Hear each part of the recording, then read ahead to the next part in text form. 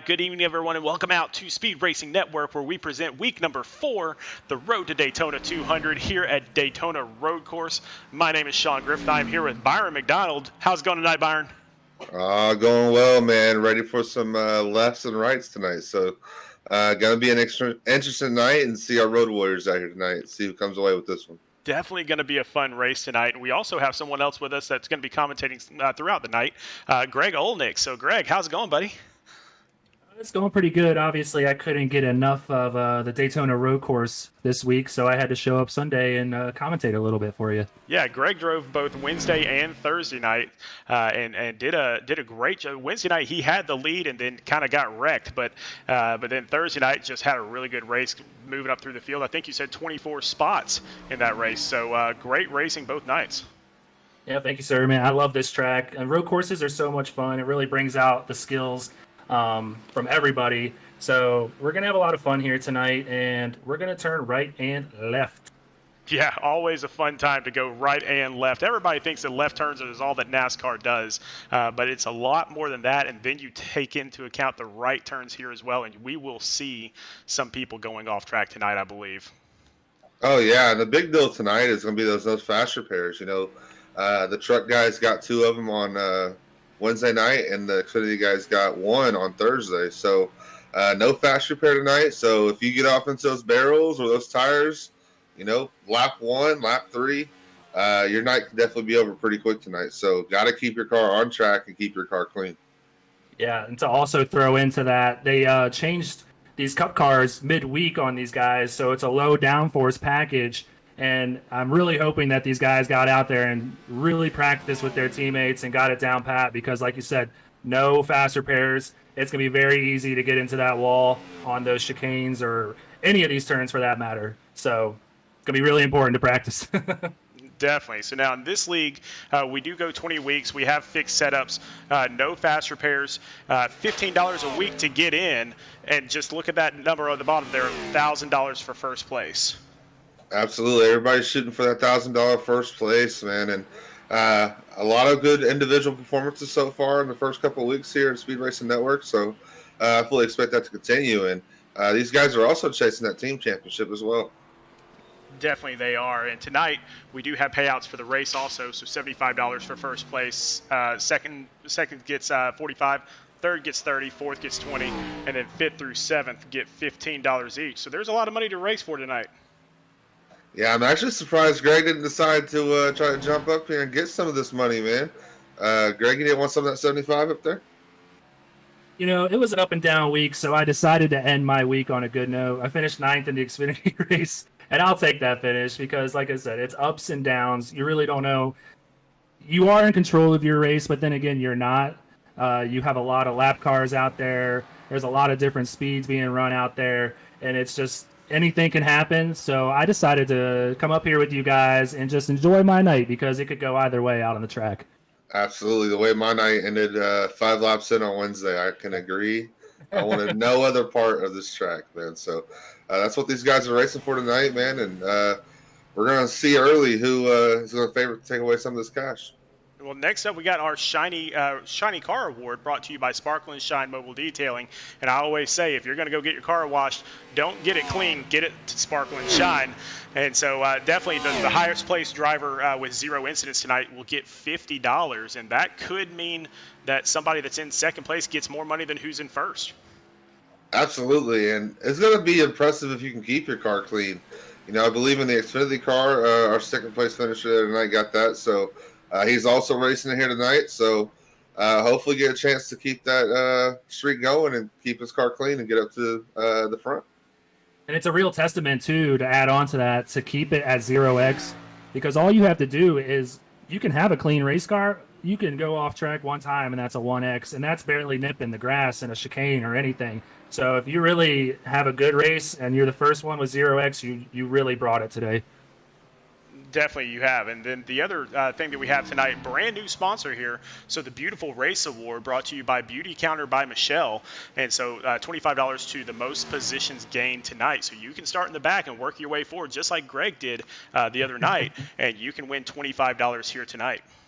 Yeah, I will not be surprised that some of the strategy plays tonight is starting the back and Mainly just keep the thing on track. You can gain several positions just by not going off track. And yeah, awesome award. Appreciate these guys coming on for us, and exciting. Definitely going to be looking for some gifts for my wife. She already had me on the website checking them out. Oh, definitely. It's good stuff. It is really good stuff. Yeah, I was going to say, I love that we have a new sponsor on board. SRN's always bringing on new people. But where was this on Thursday, guys? Come on. Well, the other thing with this is think about how amazing this type of a sponsorship is. This is a bunch of guys out here on the track, and they are smart enough to get on here and understand that a lot of these guys have significant others that are in the doghouse, that get the guys in the doghouse every single week because they spend so much time on iRacing. This is the perfect gift for Valentine's Day coming up, and that overnight resurfacing peel there, from what I've told, it's like Botox in a bottle. Oh man, and yeah, I'm a walking test of it, man. I'm spending time with the lady, and I say, hey, I'm gonna go hop in this race or hang out with the guys for a little bit. But yeah, awesome gift. Valentine's Day coming up. Make sure you take advantage of it and check them out tonight. Definitely. Now let's talk about the season payouts for this season going on right now by Griffith CPA firm. So first place $1,000, second place $600, third place $350, fourth place $225, fifth place $150, and just like we talked about before, the all-important team championship for $300. Absolutely, and these races are starting to count. I find myself, 3 weeks in, starting to look at that point standing a little bit. So these guys that have had some consistent weeks up front, and some of the guys that have had trouble in the back, got to get together, because these top 5 finishers who make it to that championship race are getting paid out, and they're getting paid out pretty well as that team championship as well. Definitely, and let's also take a look at the Butt Kicker Clean Driver Award. So for the cleanest driver of the season, you're going to get a free butt kicker, and guys, that just changes the way you race. Yeah, absolutely. And not only do you get a free butt kicker out of being the cleanest driver all season, but what's going to transpire from you being the cleanest driver all season is going to be the results. Obviously, you're going to be coming out with good results each week, so your season standings are going to be up there. So not only are you going to have a good year, you're going to come away with one of these awesome products. A butt kicker, you can't ever have too many. From what I hear, you can have up to like 4 or 6. So, take advantage of the discount at the bottom of your screen, SRN VS20 for 20% off. They do a lot for us here at SRN, and it's a great product. Nearly every iRacer has one of these, so go check them out. And now let's talk about how our drivers are doing tonight. And of course, Mitch Rollo, number 96, up there in the lead in the drivers' standings. And you can see the top 15 there. These are the people that are currently inside the playoff cut for that all-important position in the playoffs, so you can win that $1,000. Mitch Rollo has been the definition of consistency so far this year. You got Brandon Keefe from Rev Racing, Ted Rekich up there, Damian Leininger. Solid names here in the top 15 here. But even more impressive are the names below this line that are going to be working their way up, trying to get up to this playoff standings here.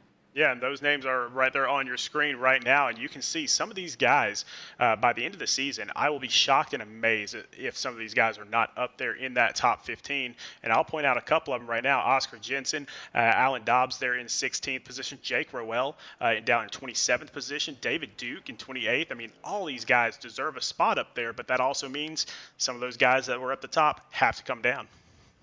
Yeah, Alan Dobbs, I expect him to move up today. I practiced with him earlier this week, and man, he was just leaving me on this course.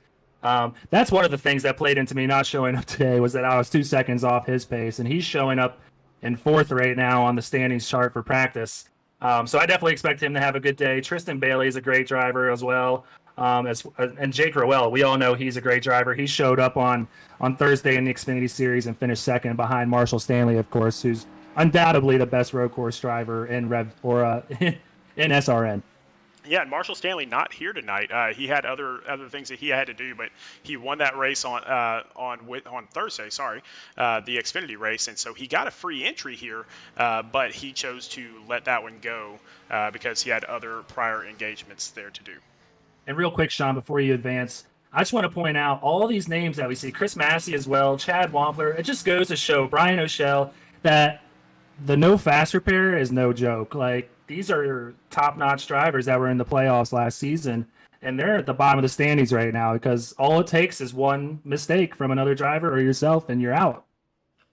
Yeah, and that's the beauty and the curse of the Cup Series is, the beauty is this is as close to real life as you can possibly get. But at the same time, the curse is that one mistake is all it takes. Absolutely, and it's going to be so crucial here tonight. And this is going to go right along here. Kane Cook with our new sponsor, Mr. Hard Charger himself, man. So awesome guy, great coach. Look forward to getting in some classes with him. If you want to get a chance with him, book your sessions there at speedracingnetwork.com. Yeah, definitely. The one thing that Kane Cook is known for in the racing world is being that hard charger. And for those of you that don't know what we're talking about out there, basically a hard charger is somebody that starts in the back and works their way all the way to the front throughout the race.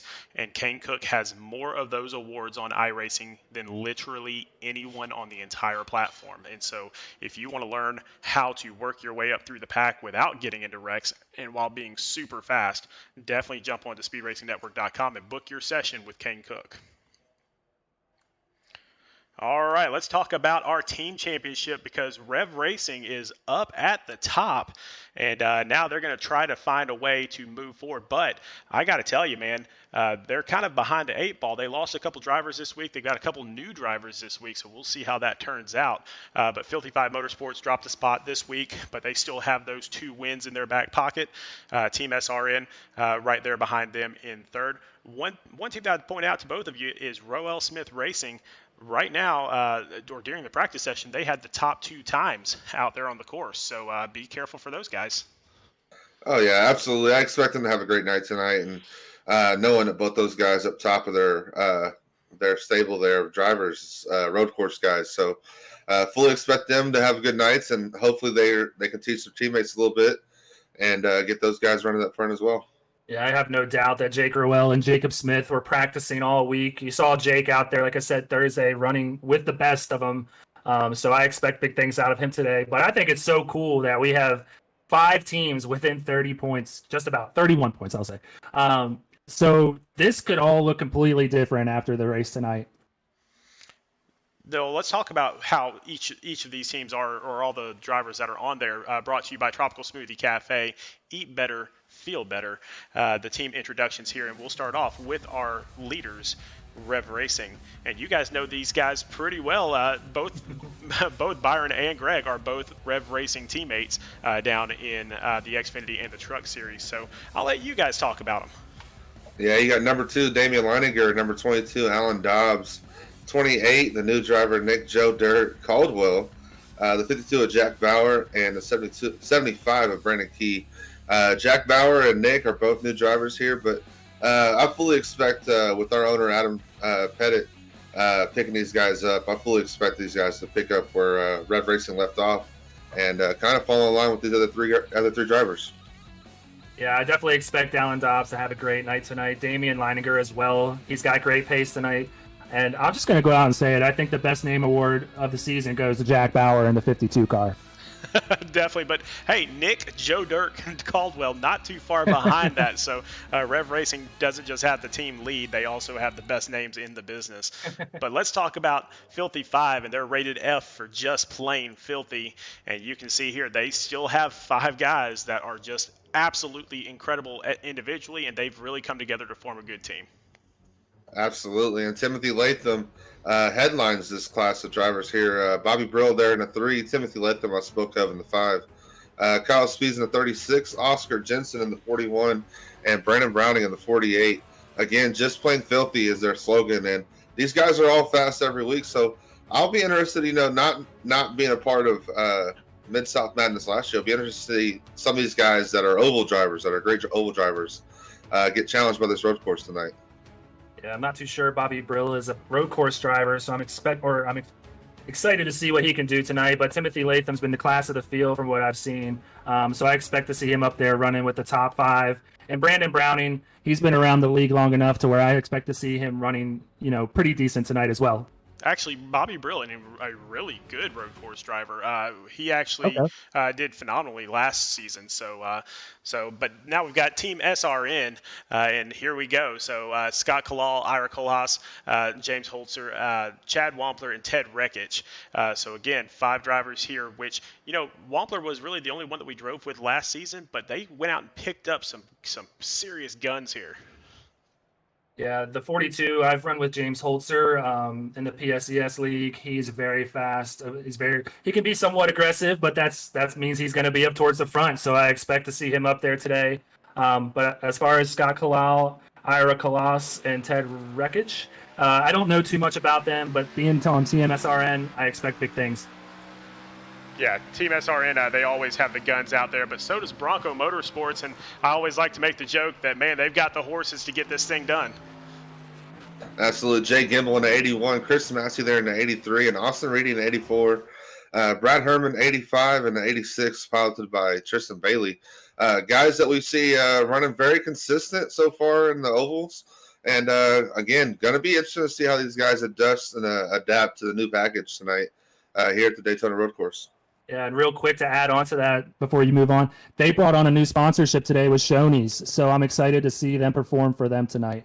Wow, I mean, the Bronco is the king of sponsorships. So they've got Sandwich Man Racing and Sports Memorabilia. They've got Shoney's. They had, I think it was Tough Love Rings last season. I mean, man, they are the king of sponsorships. But next up, we got Roel Smith Racing, and these are the guys that I'm really focusing on tonight because they have not only Jake Roel up at the front, Scott Healy right now is slotted in the 3rd position. That may or may not change here shortly. Jacob Smith, last season, he won this, or not this race, but the Watkins Glen race. He won it by something like 48 seconds. And so we've got 3 really great drivers up there. Absolutely, and they got to capitalize tonight. They've had their ups and downs this season. Some nights where Dean Bremen's running the top 5, but didn't finish there. So they got to put it all together tonight for these 55 laps. Next up, we got R&D Motorsports, and this has last week's winner, Mitch Rollo, in there, and as well as our season leader.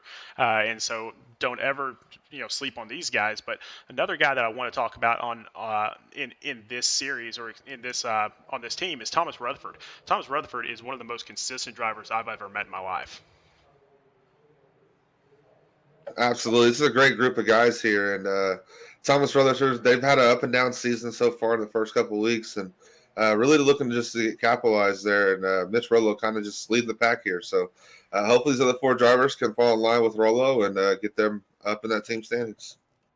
Next up, we got H2K Motorsports, and H2K stands for Hard to Kill, and that's really what these guys are all about. They're kind of down in the standings right now, but they will never, ever, ever quit.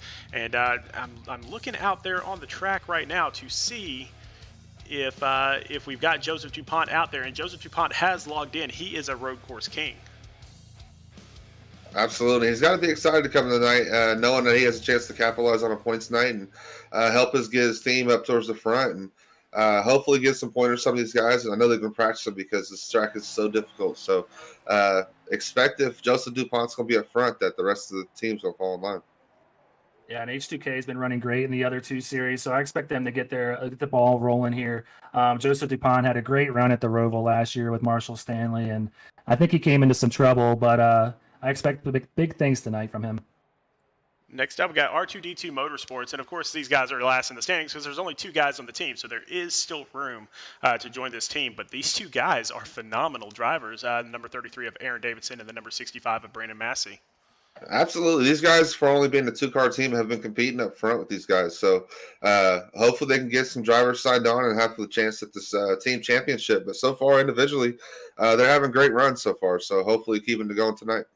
Yeah, and Aaron Davidson's slotted in 7th right now in the grid, so he's going to be starting up towards the front. So I definitely expect him to be in the mix tonight.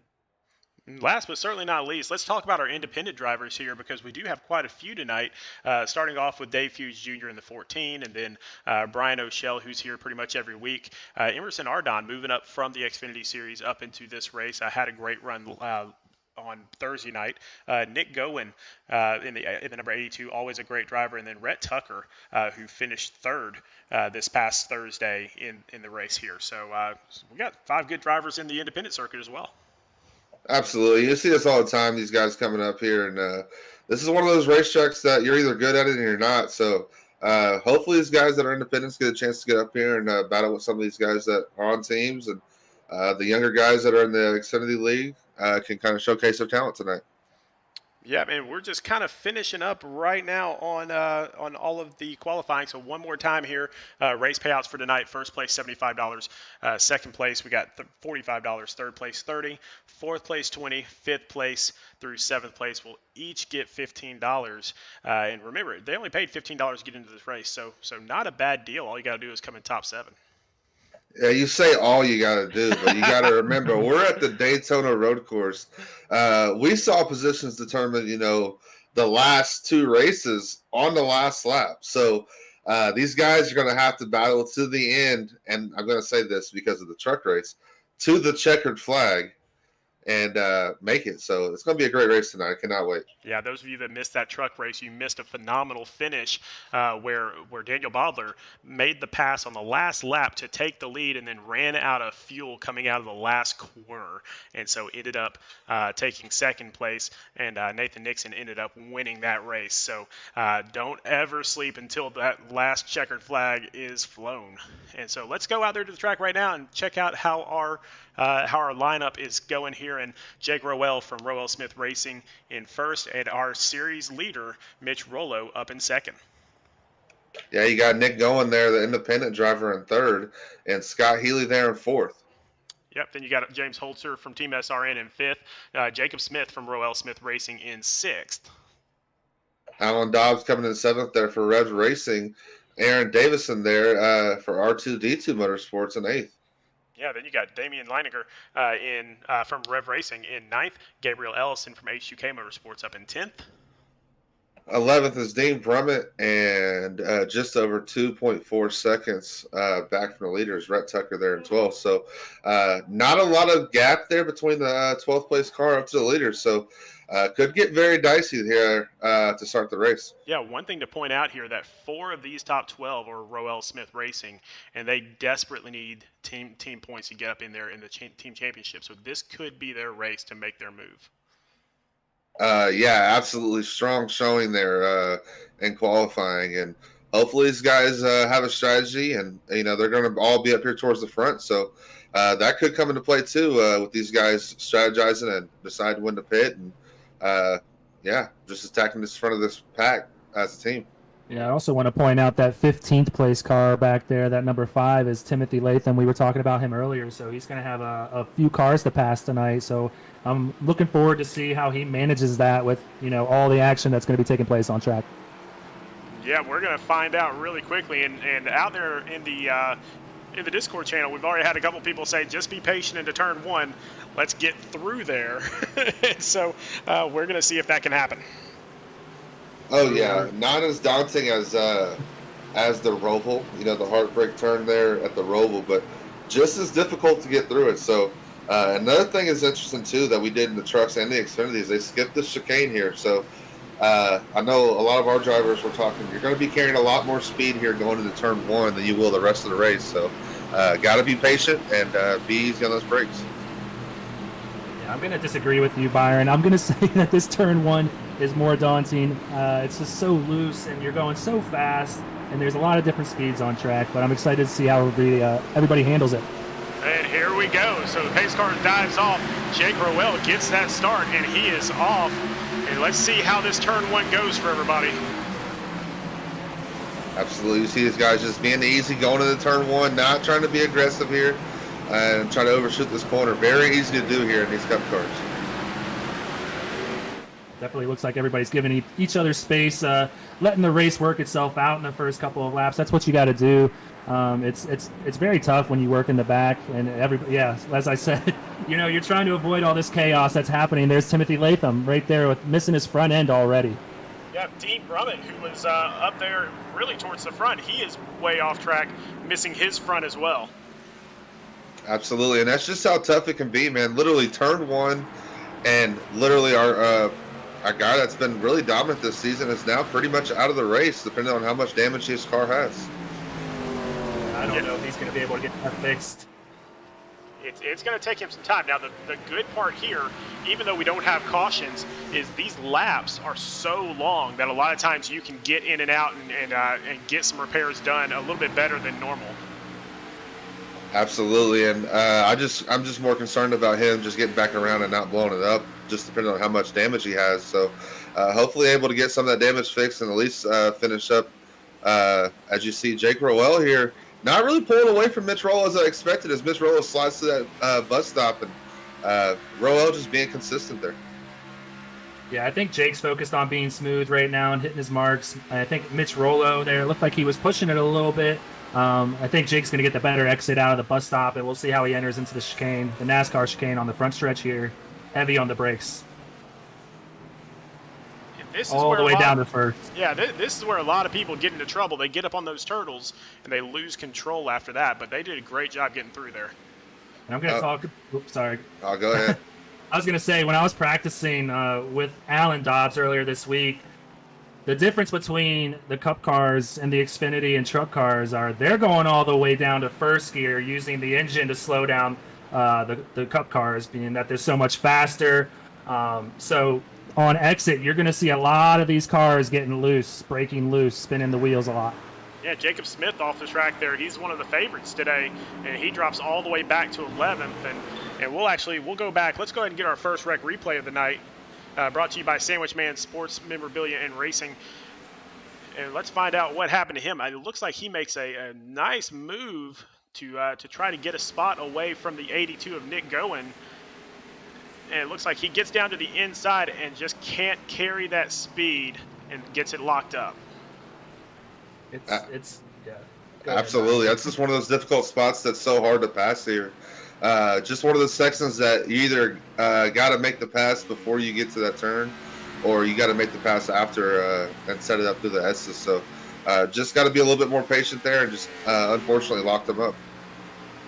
Yeah, spotters are going to be getting paid double time tonight because, like I said, there's going to be a lot of different entry points into that turn one. Everybody handles that turn one differently, as we see the 4 of Thomas Rutherford spinning out and entering back onto NASCAR turn one. Another hard turn. All these turns are hard, but I'm telling you, that turn one turn left is difficult, man.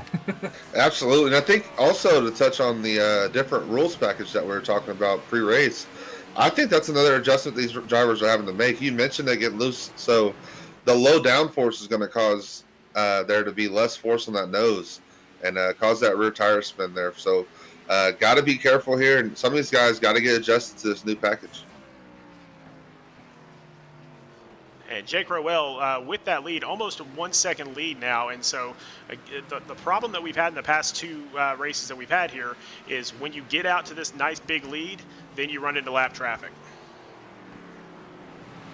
Absolutely. Yeah. And it's so difficult to navigate that. Just passing a car that is even a lap down is difficult here. So just kind of goes to show just how hard it is to not only just stay focused, but other drivers around you be focused and as their awareness and the cars around them. Yeah, it might come off as like a simple race to people watching at home. You got a lot of space. You might have someone that's 10 seconds behind you, but all it takes, man, is one mistake at this track, and you're going to the back or potentially, going to the pits. And you'll see all these cars get spread out, as you can see on that track map on the right side. So just get ready, because here in about 10 laps, that is going to be completely full of cars all over that track. The race within itself. Absolutely. And that's where most drivers struggle road course driving. I know I do myself, is you're so used to the oval where you're driving against drivers. And really road course racing, you're driving against the track, lap after lap, turn after turn. And it's that lack of focus, that one slip up that can cost your race. Yeah, I noticed a common mistake within the 2 races that I ran earlier this week. If you really pressure someone from behind, you can really distract them by, having them look in their mirror, and then they miss their brake point, and then they're off track. And, the lap cars are another, race within itself. Like I said before I cut off Byron there, you really got to learn how to race them on top of running your race, on top of racing second in Jake Rowell's case here. So there's 3 races within the main race itself. Well, out there in the chat, Absolutely. out there in the chat right now on Facebook and on YouTube, got Daniel Bodler saying Rollo's hanging tough early, and he is. You can see Mitch Rollo just 1 second behind Roel. We thought that this was going to be a runaway, but Mitch has other plans. Yeah, and you see just how aggressive he's being right now. I don't know how much he can keep that pace up, especially just not making a mistake. Just going hard the entire 55 laps is just so hard to do. So I like the pace of Jake Roel right now. He's kind of just driving his own lane, not really pushing it. As you see Mitch Rollo there just being kind of aggressive in the middle of the corner. So it'd be interesting to see how much he can keep this pace up. Yeah, tires do play a big factor in every series at this track. If you tear those tires up early on, you're going to lose your pace later in the run, ultimately setting you further back as the race progresses. So I'm curious to see if Mitch is able to keep up with him. And, I mean, if he is able to keep up with him, it's going to be up to Jake Roel to not make that mistake. All it takes is one. And absolutely, that's the pressure of it.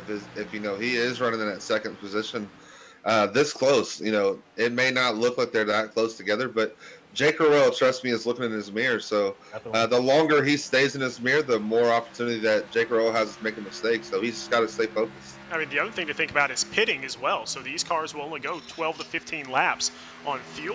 And so this is going to be a good probably 3 or 4 pit stop race, depending on how much you really want to try to stretch it. So just get ready, because that pit strategy is going to be key. Absolutely. And from what I know is, stretching it here hasn't played dividends. So it'll be interesting to see how long these guys stay out and if they push that fuel mileage a little bit too far. Going back to the back, let's check up on Timothy Latham back here. So again, he lost his nose there on lap number 1, and so he is still out there fighting, still out there doing it, but definitely going to have some struggles, especially on these nice stretches here on the outside of the track. Yeah, you see Dean Brummett behind him in the 25 also missing his bumper. Both of them choosing to bypass the pits. I'm surprised. I'm guessing they decided that they're probably not going to be able to fix that damage. Oh, wow, 2 cars blow through the chicane right there. Wow, that was weird. I wonder if there may have been a car there in the chicane, but several cars there blowing that chicane, as Scott Healy here in third having a great run for Roel Smith Racing. Yeah, still 4.5 seconds behind our leaders here, but definitely still out there doing it. Nick Gowen back here as an independent in 4th. Might I add here, Scott Healy, that paint scheme is absolutely awesome. If you look back, man, shout out to you on that Bud Light paint scheme. That looks I second cool. that. That looks really cool. Nick Gowen here, just having a great run, independent, running strong here in 4th, and keeping a good pace here. Yeah, man, showing up for Shoney's. And James Holzer back here for Team SRN in the number 42, and he's a relatively new driver to Team SRN, but he has really made his presence known in the past couple weeks.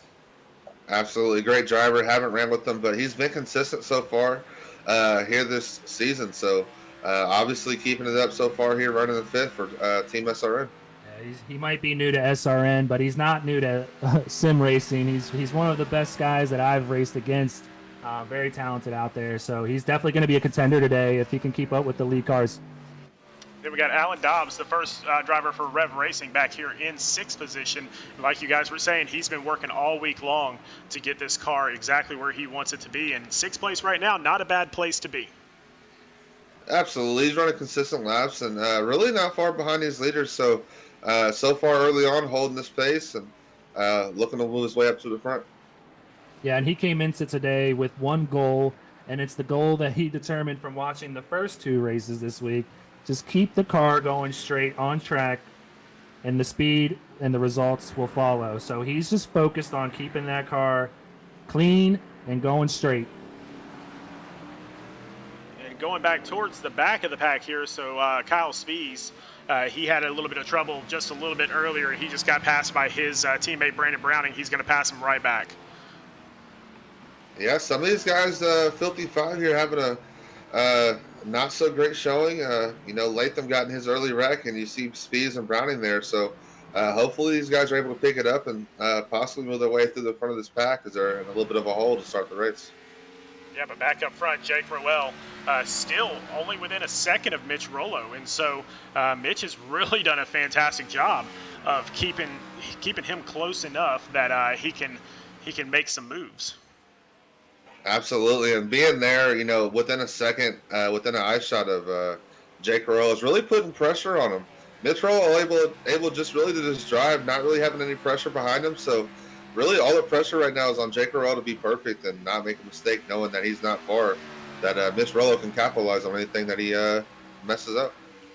Yeah, these two best lap times so far. Jake coming in with a 154.59 and Mitch coming in with a 154.65. So they're practically running on top of each other. And I mean, you can learn so much from that catbird seat where Mitch Rollo is in second right now, just trailing Jake Rowell. He, like I said, he's one of the aces at road courses. So he could just be processing all this information for later on in the race, as well as waiting to see if Jake does mess up. I mean, he might not be pushing it right now. For all we know, Mitch could be faster and just be, trailing behind Jake and seeing if he messes up. Who knows? Yeah, and all these guys are racing for a lot of different things, but one of the things they're trying to do is impress those team captains for our All-Star race that we have coming up. The All-Star race is on May the 9th. We're going to have the draft on May the 1st. And so Mitch Rollo, Jake Rowell, Scott Healy, Nick Gowen, all these guys will likely have a spot in this entire draft process. But we're going to get four teams to put together. We're going to have a couple qualifying races, and then we're going to have an actual all-star race. It's going to be epic. It is going to be at the Brickyard Indianapolis Motor Speedway, and it's going to be in the ARCA cars, so everybody gets a fair shake at it. It's going to be a great time. Absolutely. Cannot wait, man. And some of these guys showcasing their talent tonight, kind of making their case. Obviously, Jake Rowell, one of them, so continue to lead here. So doing well. Go back a little ways, get a little bit of side-by-side racing here. So you got Timothy Latham there on the outside, and that's the number 17. So that's Nick Caldwell. He's supposed to be the number 28. Got the paint a little bit mixed up there, but that is one of the newest drivers for Rev Racing in that 17 car. Absolutely, and getting a chance to see firsthand who Timothy Latham is. Unfortunately, has that nose damage, but still able to put a little bit of pressure on him. So. Able to keep pace inside the track, but again, it's going to be whenever he gets outside of this road course part that is going to be where he struggles on the straightaways into those corners. Yeah, it's looking like Latham is settling in back here in the mid-20s. Looked like he dropped back to like 28, but maybe fought up a little bit after those guys blew through the chicane. I would probably have gone into the pits to see if they got the damage fixed, to kind of bide my time since there's 55 laps left in the race, but he seems to be keeping a good pace so far. Yeah, one thing I'm concerned with, and it's happened to me before, is, he's running right now, and that damage is pretty significant. But running with damage like that can actually injure the engine if you've already hurt the engine. And with the damage he has now, looks like he may have. So I would not be surprised that when he does have to come in for fuel, that he gets held for required damage. So I think, like you said, it's better off to get it fixed early than add more pressure to that engine. Yeah, to go back to that wreck earlier where we saw Dean Brummett involved also, Dean Brummett looks like he's done for the day. He's on pit road, and I think he is out of the car. Yeah, now we got Jake Rowell creeping up here on Brandon Browning, and Brandon is not quite a lap down yet, but he's had his struggles today already. And so let's go back and do a quick wreck replay here and show you what happened to Brandon Browning just a few laps ago, if we've got it. And how embarrassing is that? We might not have it. Actually, we do. We've got a little bit of it. So basically, he ends up in the tires. So he just overshoots, and it looks like that's that turn one once again. Yeah, just such a difficult corner because it's so easy. You're carrying all that speed there in the straightaway, and you got to get down in gear sometimes. And a lot of the times, which we haven't seen it yet, these guys are locking their tires up. But a lot of times when you downshift in that corner, your rear end likes to spin around. So these guys having a difficult time there in turn one. Yeah, one of the reasons they put this chicane we're seeing right now, Jake, go through, is because they didn't think the stock car brakes would hold up going into turn one. And it is hard still with that chicane to get these cars slowed down enough to get that turn. And you can see what he's doing here. You can hear it on the broadcast. He has to get completely on the brake, and then coming around off of these S turns, this is the hardest turn on the track right here because you almost have to stop the car dead. Absolutely. It's very easy here through those S's to spin your car as well if you're carrying too much speed. So very meticulous there on the throttle. And this is where you carry a lot of speed here on the inside corner, and very easy to overshoot this next right-hander here. And a lot of these turns on the inside part of the track, it's very easy to wheel hop, ultimately leading to you locking up the tires and possibly spinning out and affecting your race in a poor way. So you got to be really careful with the brakes, and that's one of the biggest things you practice is braking. Yeah, he's doing a great job of that, Jake. Is you could see how much he was working that wheel, though, too. So in the middle of that track, when you're on the inside of that track, it's so narrow that if you miss just by an inch, you will be going sliding off into the grass. Absolutely, and those break points are so crucial in there, just carrying all that speed that he has. And really, that's the testament to him as well as and all these drivers, is that's what's so difficult about this track. It's not getting through one lap. It's doing it, 55 times around this place tonight and not making that mistake on every corner. So, man, I'm telling you, I lasted 5 laps in this track race, and I was exhausted after that. So, hats off to those guys that finished the races this week and that are having these great runs, because this track is just so difficult. As Mitch Rollo is coming, the last lap, he was 0.6 of a second faster than Jake Rowell. So he's definitely putting the pressure on him here. I'm curious to see where he's picking up. Oh, he hits the turtle there. That's going to hurt him a little bit time-wise. Yeah, hitting those turtles basically just kills your car. And over time, if you hit it just enough, you're going to occur damage there on that front splitter. So a little aggressive getting into that chicane, but gotta be careful not to hit those turtles. Yeah, he just lost. Oh, sorry. Oh, I said we saw a couple guys that hit those turtles that got airborne over the past week, and so you got to be super careful with them. And that'll damage your car too without you even realizing it. iRacing will put damage onto your car if you hit those turtles in the wrong way or hit them too aggressively, and that can affect the handling that you experience. But I was going to say before I cut you off there that he essentially lost that 0.6 that he picked up that one lap from hitting those turtles.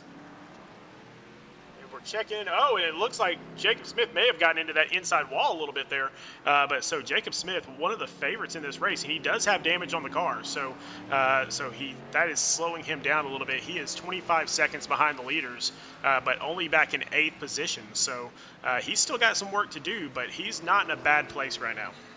Absolutely, and it's so difficult, especially every week it's so difficult with how great these drivers are. But making that one mistake here at that road course and not compounding those mistakes is literally the hardest part about road course driving. Is you overdrive one corner and knowing that you have 4 more corners coming up and not overdriving those as well. So he got a little bit of incident earlier, but being able to regroup and put consistent laps together now. And I'm not entirely sure how many turns there are on this track. 14. But, okay, 14 turns. So not only do you have 14 turns to manage, but you're also essentially your own crew chief, and you're trying now at lap 10 to determine when the time is when you want to come in and pit, whether it's going to be an advantage for you. So you're trying to run math in your head while doing 14 turns and hitting all your marks. It's so easy to mess up, man. I'm telling you. Well, we are going to go back. Let's go back to the very beginning of this race because we had just a massive pile up at the very beginning that knocked out some of our best drivers. And so one of those, Dean Brummett, he's out there in our chat right now saying, nothing I love more than getting destroyed on lap 1. And so we are going to take a look at it, and it just looks like, he got, oh, wow, huge hit on the 85 there. I believe that's the 85 is that Chris Massey? Brad Herman. Oh, Brad Herman. He just disconnected, so he's out of the race as well with Jack Bauer too. So we're seeing 3 cars out of this pileup. Timothy Latham seems to be the only one that continues after that. So yeah, huge hit very, very early in the race. Now this is one of Herman's Brad Herman's teammates here in the number 86. That's Tristan Bailey, and Tristan. One of the top racer for Bronco Motorsports right now. He's in 12th position. Yeah, again, you saw just how difficult turn 1 is he slid those tires there. But going back to the incident, man, just shows how narrow those corners are getting even out of turn 1. So unfortunate there, side-by-side action is so difficult on this track when you're on the inside of the road course section. So just unfortunate. We're starting to see green flag pit stops, by the way, Sean. The 4 is down pit road picking up 4 tires. It looks like we got, that's the Dean Brummett machine on the end of pit road. But, yep, green flag pit stops are starting off. Yeah, Mitch Rollo actually came in on lap 10 while we were looking at that last wreck. So Mitch is back in 9th position, but he's on fresh tires now. Jake Rowell in first place. His teammate Scott Healy 7 seconds behind. I definitely expect to see, Byron, to see Mitch come out ahead of Jake. It's a big advantage on fresh tires, but I think that advantage is going to turn towards Jake as the run goes on. The fresher tires longer in the run will pay off. Yeah, as you see our leader, Jake Rowell, diving down pit road. So we're going to see how much time Mitch Rollo can make up there on our leader. Scott Healy will take the lead. Then we'll see if Nick Gowen stays out as well. So we got Scott Healy first, Nick Gowen second. James Holzer putting a ton of pressure on Nick Gowen right now. Yeah, unfortunately got some blinking there coming out of turn 1, but so difficult here with the third place kind of breathing down your neck here. Just kind of amplifies the chances of making a mistake. So Nick Gowen got to be consistent here going through these road course sections.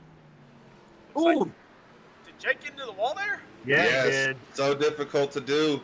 And with the pressure of knowing that the second place car is coming, that he kind of pushed it there coming off pit road. So we'll see how much damage affects his car. We got a battle. Rollo. Yeah, there's Rollo right there. And then it's battle for second place right now, Nick Owen and James Holzer, but neither of these guys have pitted yet, so they will likely lose that gap as soon as Jake Rowell and Mitch Rollo catch up to him during the pits. Yeah, and you look now on the track map, they're not far behind these guys that haven't pitted yet. So just going to show how much of a lead they're going to have once these guys do decide to pit, because they're basically going to go down pit road and they're going to lose the lead almost immediately.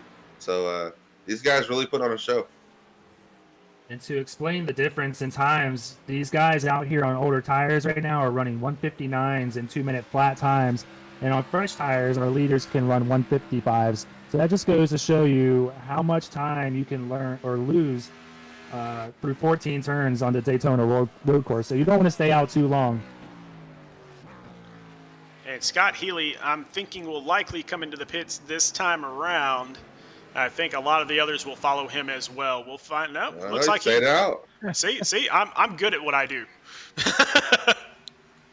Hey, I was going with it too, with it being lap 13. So these guys here opting to push it, and wonder if they could possibly make this, and if they stretch it out long enough, they can make it in one less stop than some of these guys that have already pitted. Yeah, I bet what we're seeing right now is some fuel run strategy.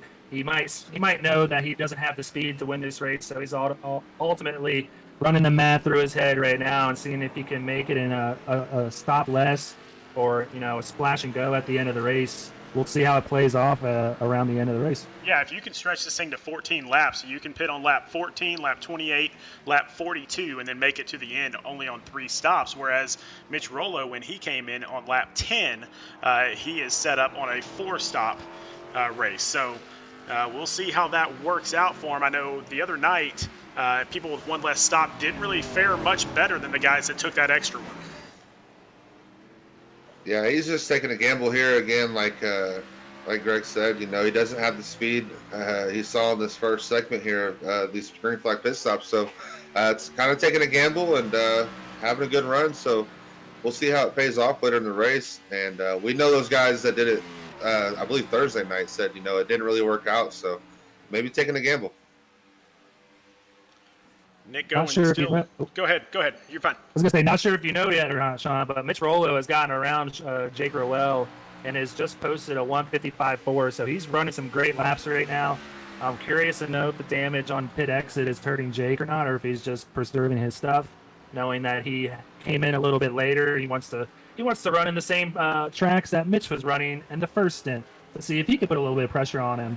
Yeah, you see the right front there coming through the bus stop. His right front was pancaked a little bit. So that's one of the things that many people have been complaining about this week is that pit exit is so difficult to get out of because that left-hand turn is so sharp. So probably saw Mitch coming and decided to push it a little bit too hard. As Mitch Rollo, they both get the turtles there. So both making a mistake there through the chicane. A little nip shouldn't hurt them too bad, as we see them about keep the gap the same. Yeah, but I'm hoping that damage doesn't hold Jake up too bad. It shouldn't mess with his front end, like getting the temps too high or anything. Jake or Mitch getting a little loose there in turn 1. Yeah, again, like you said, putting the pressure on Mitch Rollo, man, I think that he can actually get Mitch to make a mistake here. Mitch has been pushing it pretty much all races. You see him slide his back end around a little bit there. Oh, boy. Again, Jake Rollo putting the pressure and taking the lead, making the corner. So slippery out there on the track, and that's what a lot of people have been saying all week long also, is that it is just so slippery because it's such a flat track and you're trying to carry so much speed in there that, hey, everybody comes in with the same car. That's the beauty of these fixed setups, is it doesn't matter. Everybody's fighting the same battles. Absolutely, and these Cup cars are already a handful typically to handle, but just unfortunate these guys got the update switch midweek, so Jake kind of showing though that you can put him in really any car and he's going to succeed. So kind of showing his strength so far tonight. Going back up front, Nick Gowen now has the lead as Scott Healy got past there. So going to go back because I think I thought I saw something happen with Scott Healy there, but not. So Nick Gowen has that lead. James Holzer here in second place. So not too far behind, but again, these top 5 have not pitted yet. Yeah, these guys continue to stay out and continue to push it, man. You got to wonder just how much longer they can stay out. I fully expect these guys to come down pit road now. Yeah, as you see them coming down pit road. Oh, we coming out of the there, yeah. Coming out of the Scott Healy chicane. and Alan Dobbs. And we'll go back and we'll check that one out with another wreck replay here. It looked like 2 guys vying for the same real estate there in the chicane. It's so difficult to make that pass, and typically I usually wait to either make it out, coming out of it, just to try to get that straightaway. That's probably what happened there. 2 guys just got together. They might have had a lap car in front of them. Oh, no, sorry. Oh, Yeah. and yeah, Healy just kind of gets in the back of him a little bit. Yeah, unfortunately, I think Dobbs was expecting to be clear of him there, and it looked like he looked to take the chicane as if he wasn't even there. So just unfortunate. Hopefully able to rebound from there. Yeah, hopefully since he was going in the pits there, it won't hurt him too bad. I'm thinking he's playing the strategy game right now, and he's still in pretty good shape. And Jake Rowell back up in the lead, so he's got about a 1.5 second lead on Mitch Rollo, and now he is getting caught by lap traffic here. So going to be interesting to see if this really cuts down the lead or what Mitch Rollo does with that advantage. Absolutely, and Jake Rowell here is communicating with these lap cars in front of him. Hey, I'm going to try to pass you before we get to the bus stop. Just didn't really want to get into a tricky situation where he gets caught up and gets either put on the track or just gets slowed up here. And Mitch Rollo is able to capitalize. Yeah, and it's a really good job of communication out there on the track because, again, you have to know where everybody is, not just the person behind you, but the people in front of you also. And so that communication helps out a ton. And also you got to remember, too, that these guys race with each other every single week. And so let's say you've wronged somebody in the past. They might not let you by that easily. Absolutely, and that's one of those things, man. You got to keep everybody level-headed and drive how you want to be driven as well. So luckily 83 there moved out of the way, and hopefully this car in front of him as well does the same thing. Yeah, Chris Massey just let him right by, and again, Chris Massey, great driver out there, but also a clean driver, so we enjoy having him on the track with us. Like our 2 leaders have cycled back around. Jake Rowell taking in first, and Mitch Rollo coming in second after everybody has completed that first round of pit stops. Yeah, he's able to grow that lead a little bit. So Mitch Rollo kind of backing off after really pushing it there coming out of the pit stop. So kind of settling in and possibly regrouping here to try to make another run at him. Yeah, Mitch was a tenth of a second faster than Jake, so not too much that last lap. But these 2 have the oldest tires out on the track right now. Mitch with 1 lap older, so I'm curious to see if that really hurts him too much here.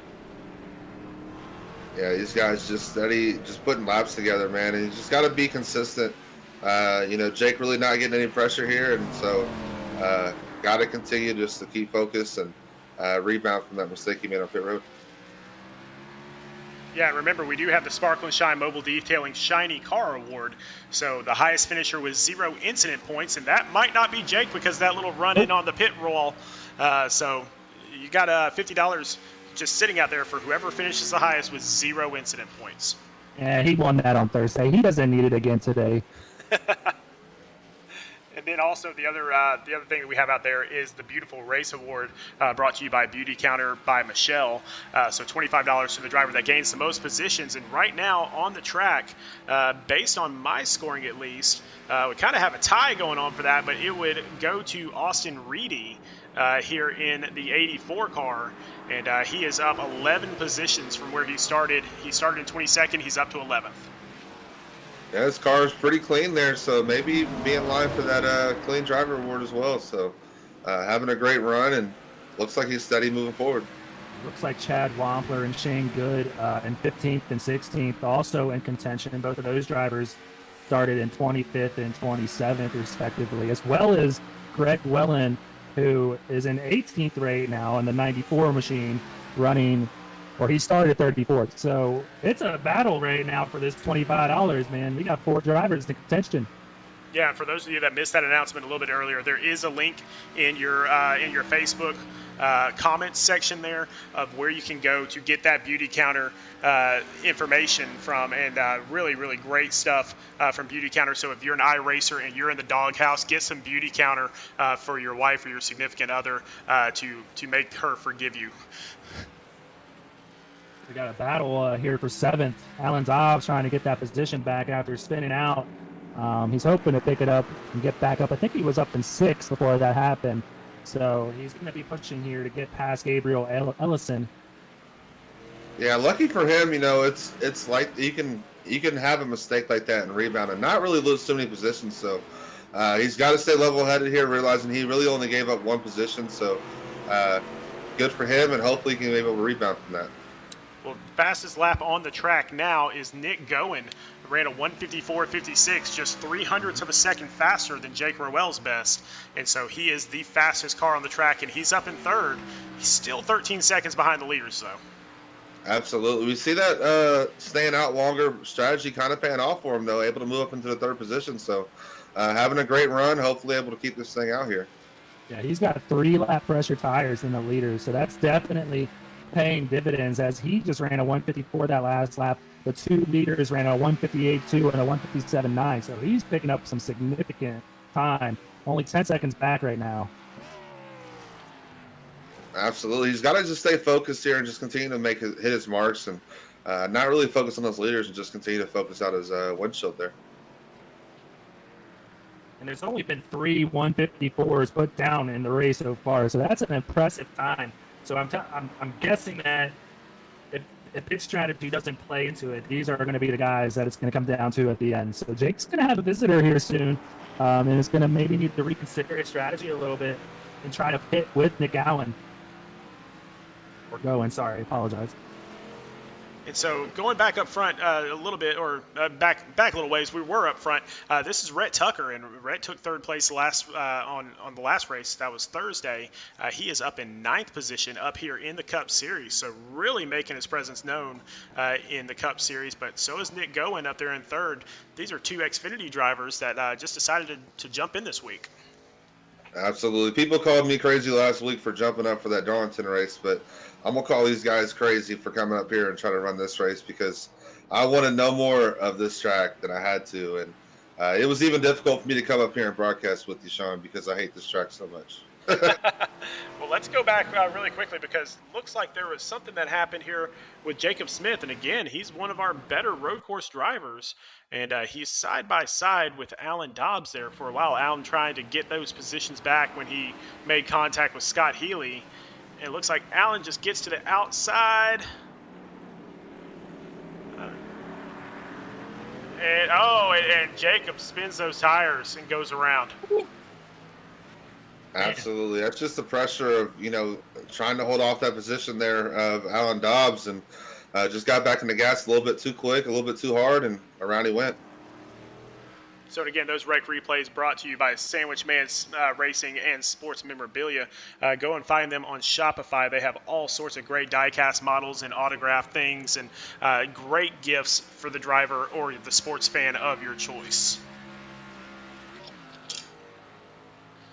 See a good battle here between the 82 and the 42 of Owen and Holzer here soon. Both running really good times. Owen just put down another. Oh no, sorry, that's his best. But Holzer is putting down a good 156.3. That's a really good time this far into the run. So he's definitely going to be putting pressure on Owen here soon. And here we go. They are just neck and neck right now, bumper to bumper. This is where we saw Jacob Smith make that mistake, so he's got to be here and got to be patient trying to make this pass to James Holzer. It's hard to find a good passing zone. So the strategy a lot of the times is just stay as close as you can to the bumper and try to make a mistake until you get out onto the oval and you get those drafting lanes and maybe get a good run into the bus stop. But inside the track, it's so hard to pass. Absolutely, and that's where you're going to see majority of the mistakes too when drivers are side by side. Like you said, just got to be patient and try to either outbrake them to this bus stop or get them out of the bus stop is typically the best passing zone. That is looking like the best race on the track right now, so we'll keep it here for just a little while to see if anything happens with it, as Jake Roel still has over a second and a half on second place Mitch Rollo. Absolutely, and you got to remember these guys were the last ones to pit, so they pitted about 5 laps ago, and Jake Roel, if he stays on strategy that he began with, should be coming down here in the next 2 or 3 laps. And I'll tell you, so that very first incident on lap 1 out there in the Discord channel, Brad Herman apologizing to everybody. He said, I made a bad mistake. So good on him to apologize for it. Racing's racing. That's what happens sometimes. Absolutely. If it was me, I'd probably send him a thank you card for ending this race for me early tonight because I'm telling you, dislike this place. But so far, James Holzer continued to try to track down Nick Gowan there. Just being comfortable and, again, waiting for Gowan to make a mistake. And back up front really quick, so Jake Roel has caught up to some lap traffic, so it is going to be a little bit of an issue for him to get by. We'll see if Mitch Rollo can capitalize on that. Absolutely, and again, just going through this road course section on the inside, on the infield, just got to be patient, especially being the leader. It's so much easier to let these guys get out of your way, on the oval part of the track. So hopefully as Jay continues to catch these cars, that he continues to be patient and not really overstep or overdrive his car and possibly allow Mitch Rollo to get back into this race. Back a little ways, you got Greg Wellen trying to make a move here on Brandon Key in the 24 and gets right up on his bumper. And this is where the racing really gets fun, when you get 3 or 4 guys. And I say fun, I say interesting is probably the better word for it. But when these guys are bumper to bumper and there's hardly anywhere to go, especially as they're getting into the infield here. Absolutely, and it's so difficult even just being that car trying to get out of the way of these faster cars. So, again, patience comes in the key, not only usually week in and week out, but even more here tonight.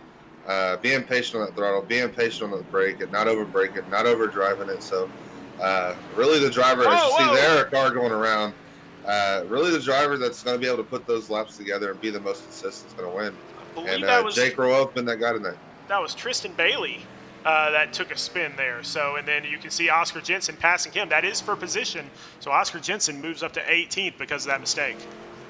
Absolutely, and Jensen's just been able to capitalize, and we see Mitch Rollo here coming down pit road, beating Jake Roel on pit road yet again. So again, another part of his strategy, just coming in every 10 or 11 laps, and so that is going to put him in with 4 pit stops, and so some of these drivers are going to be on the 3 pit stop strategy. So if I had to guess, then he's looking at lap 10 is where he pitted the first time, lap 21, maybe lap 32 and 43, and then that should get him to the finish line. But then you've got a couple of other guys that are coming in on lap 14, 28, and 42, and then making it to the finish line. So we'll see what those differing strategies end up with as we get a little bit deeper into this race. Absolutely. And the thing I see on the track map that I was paying attention to as he was coming out was he has some clean track ahead of him, so he'll be able to make up some time here on Mitch Rollo. That's so key coming out of here on these road courses with these cars so spread out that if you get trapped behind a lap car on the inside of that section, then you're pretty much trapped on them until you get back out to the oval section. So Mitch Rollo looking to capitalize with some open track ahead of him. And out in the chat right now, Danny Setzer is asking, where's DuPont? Did he even start? No, he did not start the race, actually. So we thought that he had logged in, but he was not able to make the race itself. A couple other guys out there. I think it's Vincent Cortez saying, from experience, if you have nose damage, go ahead and pit so you don't blow the motor. And then, absolutely, we touched on that. And then Brandon Browning saying, I'm so terrible at this track, I tried to blow my motor and I failed. So, he missed. Oh, as you see Kyle Spees blow the chicane there. So always fun out there in our chat. We appreciate everybody being out there. Definitely don't hesitate to jump in and have some fun with us. Oh, absolutely. We love the fans, man. And if you're in the chat and enjoying the watch, give us a like on Facebook, a follow on Facebook, YouTube as well, man. So shout out to our fans tonight. Mitch Rollo gets out of the pits. He's in 7th position right now, trying to track down number 27, Gabriel Ellison, but he's still got about 2.5 seconds in order to work with there. Kyle Spees, let's see if no, that was a previous wreck. Sorry about that. But he's back out there on the track, still trying to get it done. He is in 29th position, and everybody says, hey, 29th position, that's not that great. Well, he started off in 36th, so he's actually building some momentum here. Absolutely. He slid that chicane earlier, so he's looking to recover here and hopefully be able to pick those positions back up that he lost. Now, I think we might see Jake Rowell get into the pits this next time around. Not sure if he wants to hang out too much longer with Mitch Rollo on brand new tires. Yeah, and you got to wonder, I feel like he stayed out a little bit longer than what he did the first time, so maybe those guys staying out long the first run may have changed the strategy up. So it'd be interesting to see when he comes back around here to the pit road if he dives down or not. He actually had an 11-lap run his first run, so this is his 11th lap here. So if he's going to make a stop, I expect it to be now. And Jake coming around on that outside, he's going to go through this last chicane here. And we'll see if he dives down into the pits, especially with all that lap traffic in front of him. Nope. Oh, yeah, he looks to stay out. So strategy changing up a little bit for Jake Rowell. I'm going to quit guessing because obviously I'm not that good at it. Well, we know one thing. He cannot make it the rest of the way. So at some point he's going to have to pit. And I agree with you. These guys being in front of him right now is only slowing him up. So I definitely would not want to be right now in this lap traffic. I definitely would have came down, got my 4 tires, and you've been the dominant car all night, and I don't see why you would change your strategy for that. He could want to make it. He might have made a fuel mileage mistake. He might try to make a stretch here to make sure he can make a splash and go at the end. Not too sure, but I expect him to be able to catch Mitch if Mitch does get out ahead of him here. I played the same strategy, and I probably ran somebody that was down 10 seconds ahead of me in like 4 laps. So it's definitely possible here to pick up that spot again. Mitch Rollo passing Alan Dobbs for 5th position. Alan still has not pitted his second time around, so Mitch is definitely on the move here. Yeah, and I think that shows, just based off what you said, I feel like that kind of shows the confidence that Jake Rowell has in himself and in his car, because you're giving up this time and you're trusting that you're going to be able to make that time back up and not make that mistake, as you see Mitch Rollo get a loose there before he gets out of the center section. So he's on fresh tires, but he's also struggling a little bit with his car. So hopefully Jake Rowell's strategy pays off. That's one of the hard things about not seeing the leader is you don't know how hard you need to push it right now or not. So he might have pushed it a little bit too much in that turn, and he about turned it around, which would have really affected his day. Absolutely, and that's the difference. Again, we go back to the road course racing. Like you said, you can't see the leader. Whereas, an oval, you're typically passing the leader, after a lap or two of getting fresh tires. So he's got to be stay consistent as you see Jake Rowell diving down pit road. I only stretched that run an extra lap there, so he didn't do too much extra. But I like I said, this time Mitch was only about a second and a half before that pit, so I expect him to come out a little bit ahead of Jake, but I don't expect it to take long for Jake to get back by him. Oh, we had a little bit of a wreck there between Jordan Sailors and Scott Healy. Let's go back and check out a wreck replay here. Scott Healy, one of our leaders here, so up in 4th position when all this went down. Sandwich Man getting its time today. Oh yeah, they're getting their sponsors worth, that's for sure. Oh, let's see if we can grab him here. So it looks like he's getting down into that last chicane. Oh, and looks like Jordan Sailors just got in a little bit too hot, hit those turtles, and then just rear-doored them. That's one of those on instinct that you say, hey, does your brakes work? But you saw Jordan Sailors there, unfortunately, lock him up. So just slid through the chicane, and Scott Healy was just unfortunate collateral damage there. I know Jordan Sailors feels really bad about that, but nothing he could do there but say sorry and move on. You know, it's a race that's continuing to stay under green. There's no cautions today, so you got to go. Whether you're seeing red and fuming or not, you gotta calm down and keep going. Mitch Rollo into the wall and stuck. That's what I ran into in the truck race on Wednesday. These road courses, you can get stuck in the wall. He's going to have to reset his car, and that's going to be a long tow back to the pits, unfortunately. Oh, no. We're going to go back and check out a wreck replay on how that happened.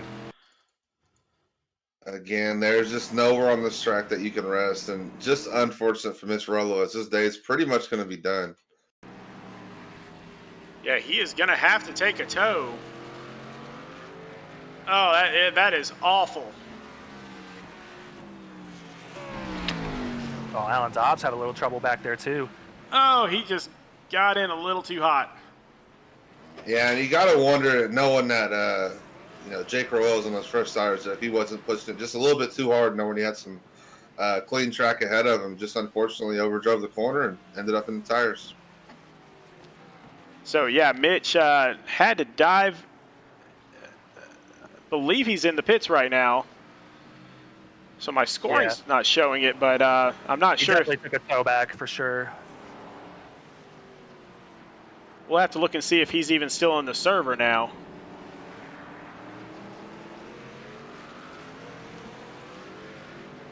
That's one of the hard things, man. You can't. It's so much. It's a different race when you can see that leader and you can tell whether you're making up on him or you're losing time, and then you can't see him, so you're just trying to push as hard as you can, and that's what happens, man. You can just wheel hop it so easy going into that turn because you're downshifting into first really early on the brakes, so you're killing a lot of speed with your engine and your brakes as well, and it just slid him right into that tire barrier. And it happened to me on Wednesday, and it's just the worst feeling when you can't get that car off the wall. Yeah, and again, a leader doing that, and so you were in the lead at the time that happened to you. It's not a good feeling, man. It's not a good feeling. So Nick Goen up at the front still needs to pit here in the next 3 or 4 laps, so he's still got some time out there. But all intents and purposes, Jake Rowell will likely reassume the lead once everything gets all shaked out. Shaken out. Shaked out? Yeah, sure. That.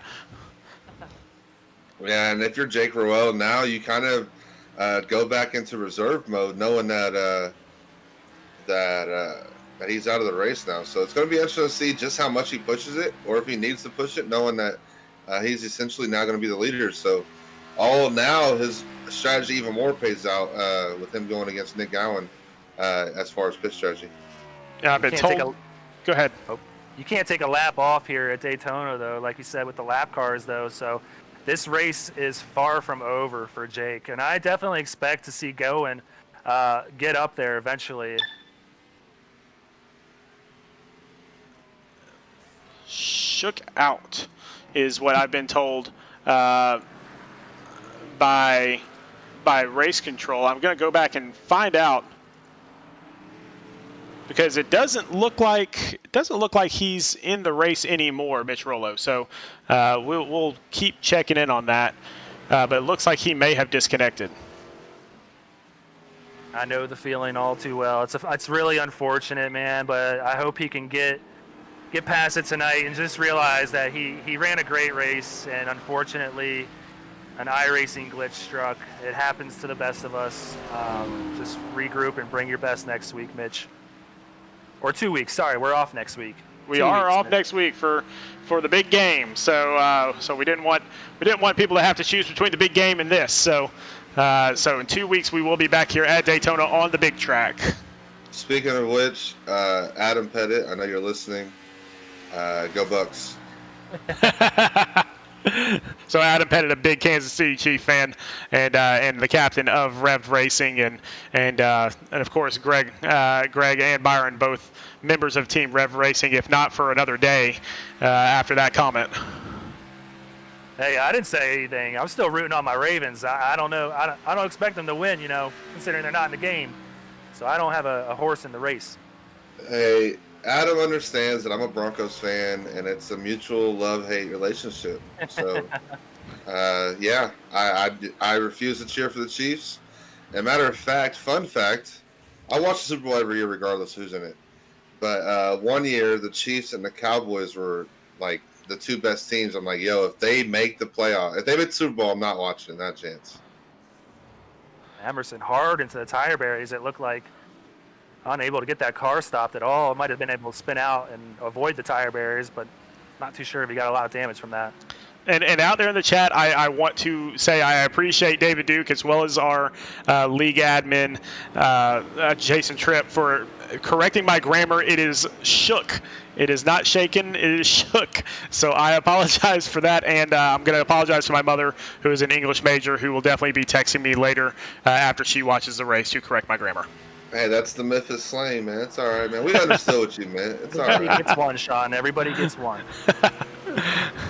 So Nick Gowen still out front. Now, James Holzer starting to really track him down here. Just about 1.1 seconds between the two of them. They both still have to pit, but if these two go on that three-stop strategy, they might have a shot at this thing. Absolutely. As you see, these guys are still able to stay in front of Jake Rowell. He has them in their sights, so really it's going to depend on when they pit and how that strategy shakes out as whether they can make it the rest of the way. But again, Jake Rowell has yet to pass these guys on the track. So far the strategy's working out. He's cut that lead down a lot, though. He's cutting off 4 seconds a lap. So he's going to be there anytime, and he's just going to blow right on by. These guys are going to have no choice but to pit soon. But this is a good strategy. I mean, you obviously know that Jake Rowell is the fastest out on the track. There's no denying that. So you got to come up with some other strategy to get yourself out in front, and these two are doing it, and they're staying with each other. So it could be two different races that we're watching right here. Absolutely. And now they're catching up to Timothy Latham to put him a lap down, a position that Timothy Latham does not really know all that well. He is not used to having bad races.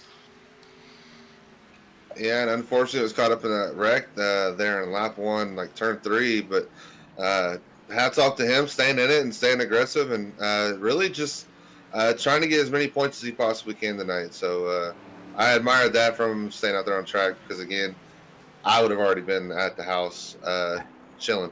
I was going to say the same thing, Byron. Good for him, because, a lot of people can drop out of this race 55 laps. So he's picking up the spots of all these guys that are, spinning it out and having minor errors like we saw Mitch Rollo have. That's another point right there that's going to go to his advantage. Rhett Tucker coming down into the pits under seventh, or he's seventh position, so we'll see what he does with that. Now, Jacob Smith, who last pitted on lap 23, so he's only about 5 laps into this fuel and tire run. He is moved up to 7th place now.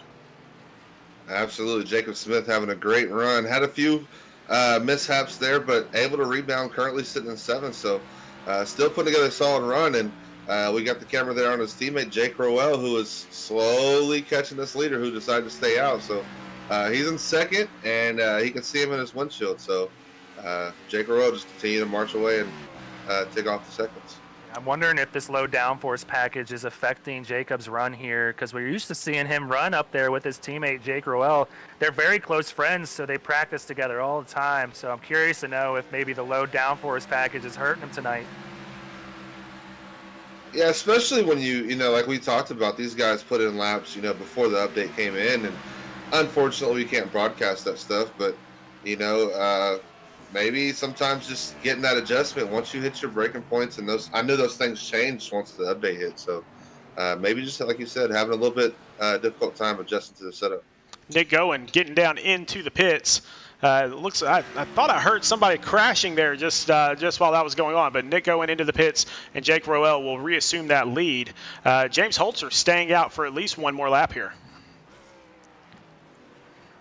Definitely surprised to see James Holzer stay out. I would have definitely expected him to go down with Gowen. Yeah, especially after getting passed by Jake Roel, and basically your strategy going out the window as far as him passing you. So this is just more time that he's losing to Jake Roel on the track before getting into pit road. And just a reminder out there, and you can see it in the Facebook chat, we do have a race coming up. It is a charity race for St. Jude, and it's called the Revved Up for the Cause for St. Jude. Friday, February 26th at 8:30 p.m. We're going to come here to Daytona on the big track. We're going to have a great drive there. $20 to get in, fixed cup cars. First place gets $200. Second place gets $100. Third place gets $50. I think I was told that there is a hard charger award already in the works. So absolutely, a lot of stuff. Award came on. $150 to hard charger. So anybody out there watching that may not be in the league or is in the league and want to come get second place because I'm in the race, definitely come out, man. It's gonna be a fun time. I love the confidence. So good to get out there on Facebook. Find Revved Up for the Cause. So there's a Facebook page out there that you can go there and join the race, or you can donate directly to St. Jude, a great hospital here in the Memphis area that does all sorts of cancer research for kids. And basically any child that goes to St. Jude to get treatment for cancer never receives a bill in the mail. And so one of the greatest things anywhere in this entire country. And so we sincerely appreciate all the work that St. Jude does, and we sincerely appreciate Sean Kosher for putting this race together for us. Absolutely. I can't wait. It's going to be a great night, and Daytona, it's going to be fun, pack racing, so going to be fun, man. I can't wait, and looking forward to it for sure.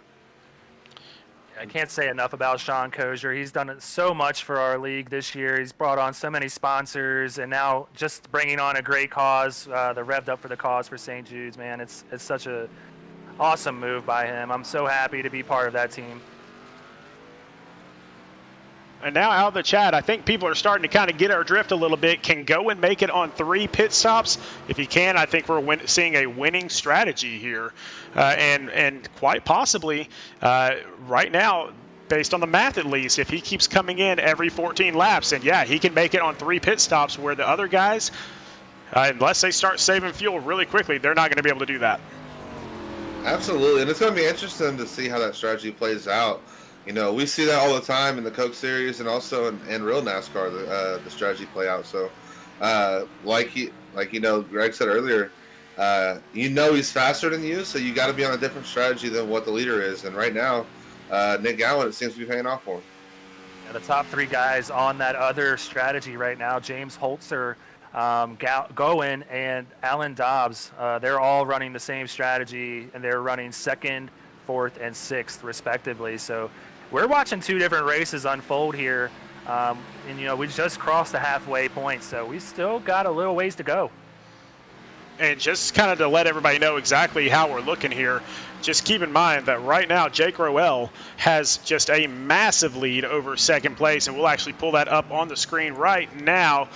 That is the difference between 1st and 2nd place. Yeah, he's got a huge gap here, almost pretty much half the track or half the straightaway there. So the key is going to be when he comes in for that 4th pit stop, how much fuel does he need to the end, and how long that pit stop's going to take, and really just how much time he can make up depending on traffic. So really, he's got to stick to his guns here. The strategy's played out, and he's just got to continue to put consistent laps down because he's been consistent all night, and that's what's got him out front. Whatever strategy he plays, he's just got to make sure he makes it to the end, like we saw Daniel Bowdler run out of fuel on that last turn. You got to make sure you can make it, and it's a tough track to be able to tell that. It's 3.5 miles, and and a high-speed track, so it's using a lot of horsepower and a lot of fuel. So you don't want to screw up by trying to be too close on your call, on your math. So I'm curious to see what Jake ends up doing to, throw off the other strategies that we're seeing take place right now. Yeah, I got to love our chat out there right now because they're doing the math for us. So Justin Boyle is saying that Goen is 30 seconds back after the stop. It's about a 35-second difference when you pit. It'll all be whether Roel has enough speed to run them down at the end. Yeah, we're seeing Goen. He's 2.5 seconds right now faster than Jake, so he's going to be bringing that delta down a little bit. So we're seeing Gabriel Ellison, who's also on that same strategy in 7th. He just put down a 1:55.8. So these guys that are on this strategy, that's about, I would say, half of a stint shorter than Jake's is. They are putting down some very quick times right now. Yeah, but something else to look at is the team standings as well. 3 of our top 5 are Roel Smith Racing. You got Jacob Smith in 5th, Scott Healy in 2nd, Jake Roel in 1st. Yeah, these guys having a great run, and that's what we expected out of these guys tonight, man. These guys got these road course warriors, so just living up to the hype that we knew coming in, and they're showing their muscles that they're a team to contend with when these road courses come around. And hopefully that transitions over to the oval side of things as well. About to see a good battle here between Jacob Smith and Alan Dobbs for that 5th position, though. It's heating up here.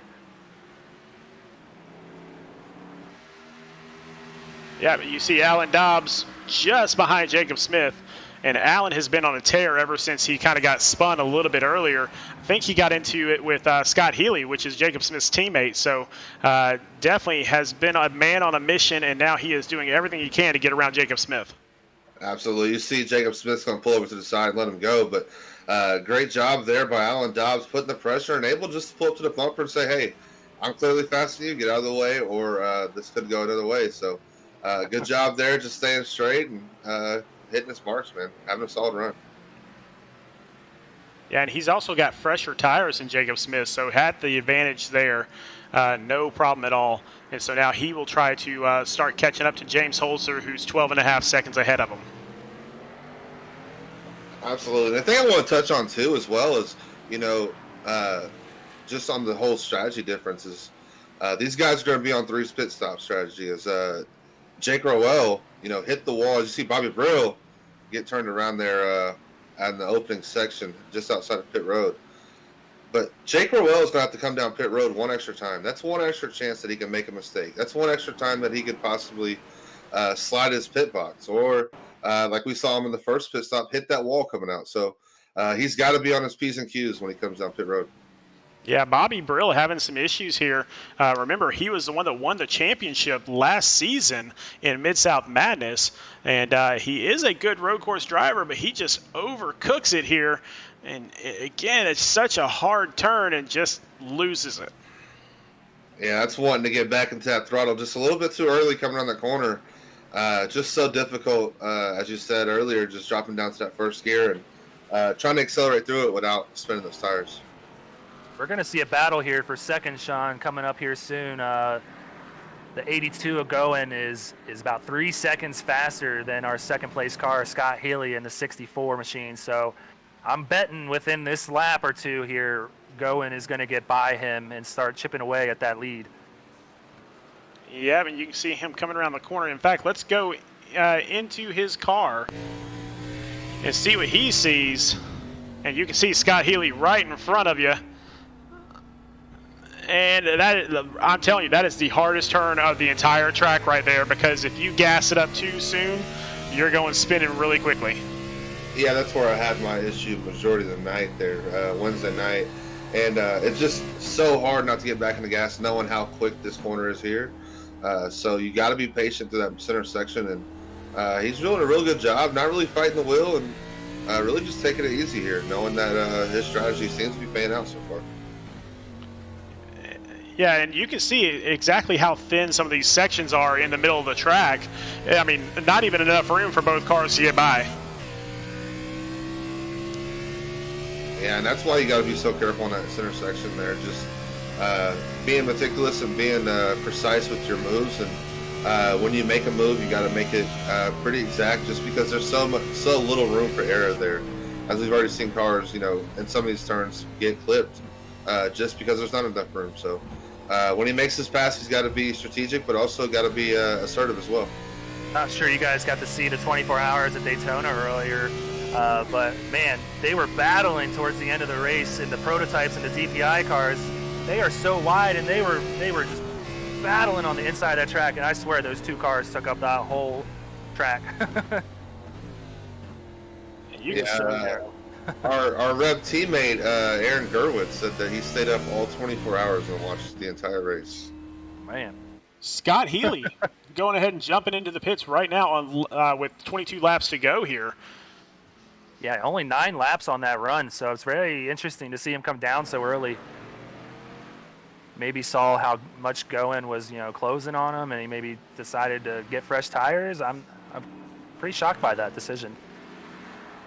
Jake Rowell, last pitted on lap 23. Here we are on lap 33, so I think he's going to be coming in here in the next lap or two for his third pit stop. Yeah, and you just got to continue to have confidence in your strategy and confidence in your cars as well as yourself. Just you know he's going to get past here, and he's got to have fresh tires to have a chance to catch these guys, and hopefully gets a clean track ahead of him when he comes out of these coming out of pit road. So only 13 cars on the lead lap, Chad Wampler being the last car on the lead lap, and Jake Rowell is catching up to him extremely quickly. And so Jake's trying to put a lap on the entire field if he can. Yeah, he's been dominant tonight, man. He's been leading majority of this race, but again, you know, we're 22 laps to go, and this strategy is finally going to pay out. We're going to finally see if that strategy can pay off for Nick Goen. I'm going to be a pessimist here, and I'm going to say I don't think this strategy is going to pay off for Jake Rowell. He's going to have to make 2 more stops, and Goen's only going to have to make 1 more to the end. So I don't think the gap is going to be big enough for Jake to hold on to that lead. But I could be wrong. Yeah, out there in the chat, Daniel Baldler saying Jake needs to pit as soon as he's in the window so he can switch time differential back into his favor, which is a great point. So as soon as he's able to get into that fuel window running full force, it'd be a great idea for him to get in, get those brand new tires so he can start chipping away at the lead as quickly as possible. Jake's on his 12th lap of his run, so he's only got about 2 or 3 more laps left, and we're at, what, 21 to go. I'm not sure he can make it 17 or 18 laps to the end. So definitely interesting scenarios playing out in front of us. And Jake, again, 21 seconds ahead of second place Nick Goen. Nick is on newer tires, and so that lead will start to chip away a little bit, but they might be pitting here pretty close to the same. No, that's incorrect. So I thought they might be pitting pretty close to the same this time around. It would be on Jake's next pit, not this one. Yeah, so it's going to be interesting to see if he can keep this thing on track. Not really being pressured. He has a second on there on third place, but really Nick Goen's really put together a solid run tonight and finds himself with a chance to win. He just got to continue to keep it consistent. Rhett Tucker, our 8th place driver, gets into the wall. We're going to go back and check out and see what happened to him. Losing that hood is definitely going to play into effect on the straightaways there. It's going to lose some speed for sure. And again, this is another first turn incident, and the first turn has just been so hard for people to figure out. You can see him crossing the start-finish line right about now, and then after that start-finish line, you've just got to get it woed up so much, and you'll see that he just isn't able to do it as he locks him up and tires. Wow. Wow. He completely just blew that corner there. He was carrying a lot of speed there as Jake Rowell finally hits pit road. With 20 to go, so he's definitely going to have to come down pits again. And now this is really what's going to tell the tale here, because Nick Goen is starting to catch up because obviously Jake is in the pits. So he was 21 seconds behind this time around. So Nick is going to go ahead and pass him here while Jake is on the pits. And we'll see how close Jake can get before the next pit stop. And that's going to be the important part because they're both going to be pitting almost on the same lap. is exiting right now as we speak. He's still on that very narrow pit lane that he hit the wall last time. He's going to come off clean this time. But he's going to be a good 10 seconds behind. Yeah, and it's so difficult to not overdrive that corner like he did that first time coming down, knowing that, he's driving by you for the lead. So got to remain patient, has an open track ahead of him. So Nick Going here going to deal with some live traffic ahead of him. We could be seeing a battle for the lead right here in front of us. This could be the race between Going and Holzer here. Yeah, as Going gets a little bit loose there coming off the corner, able to regroup as Austin Reedy's in front of him, kind of slowing him up. So Holzer able to pull up to his bumper, just blinking a little bit there. And Jake Roel, as he came out, he was 10 seconds behind. Now he's only 7 seconds behind because of that lap traffic up there. That lap traffic is doing nothing but favors for Jake Roel right now. Yeah, Jake has to go. He has to go. There is no, baby in this car around. He has to burn those tires to the ground, knowing that he has to come back down the pits again.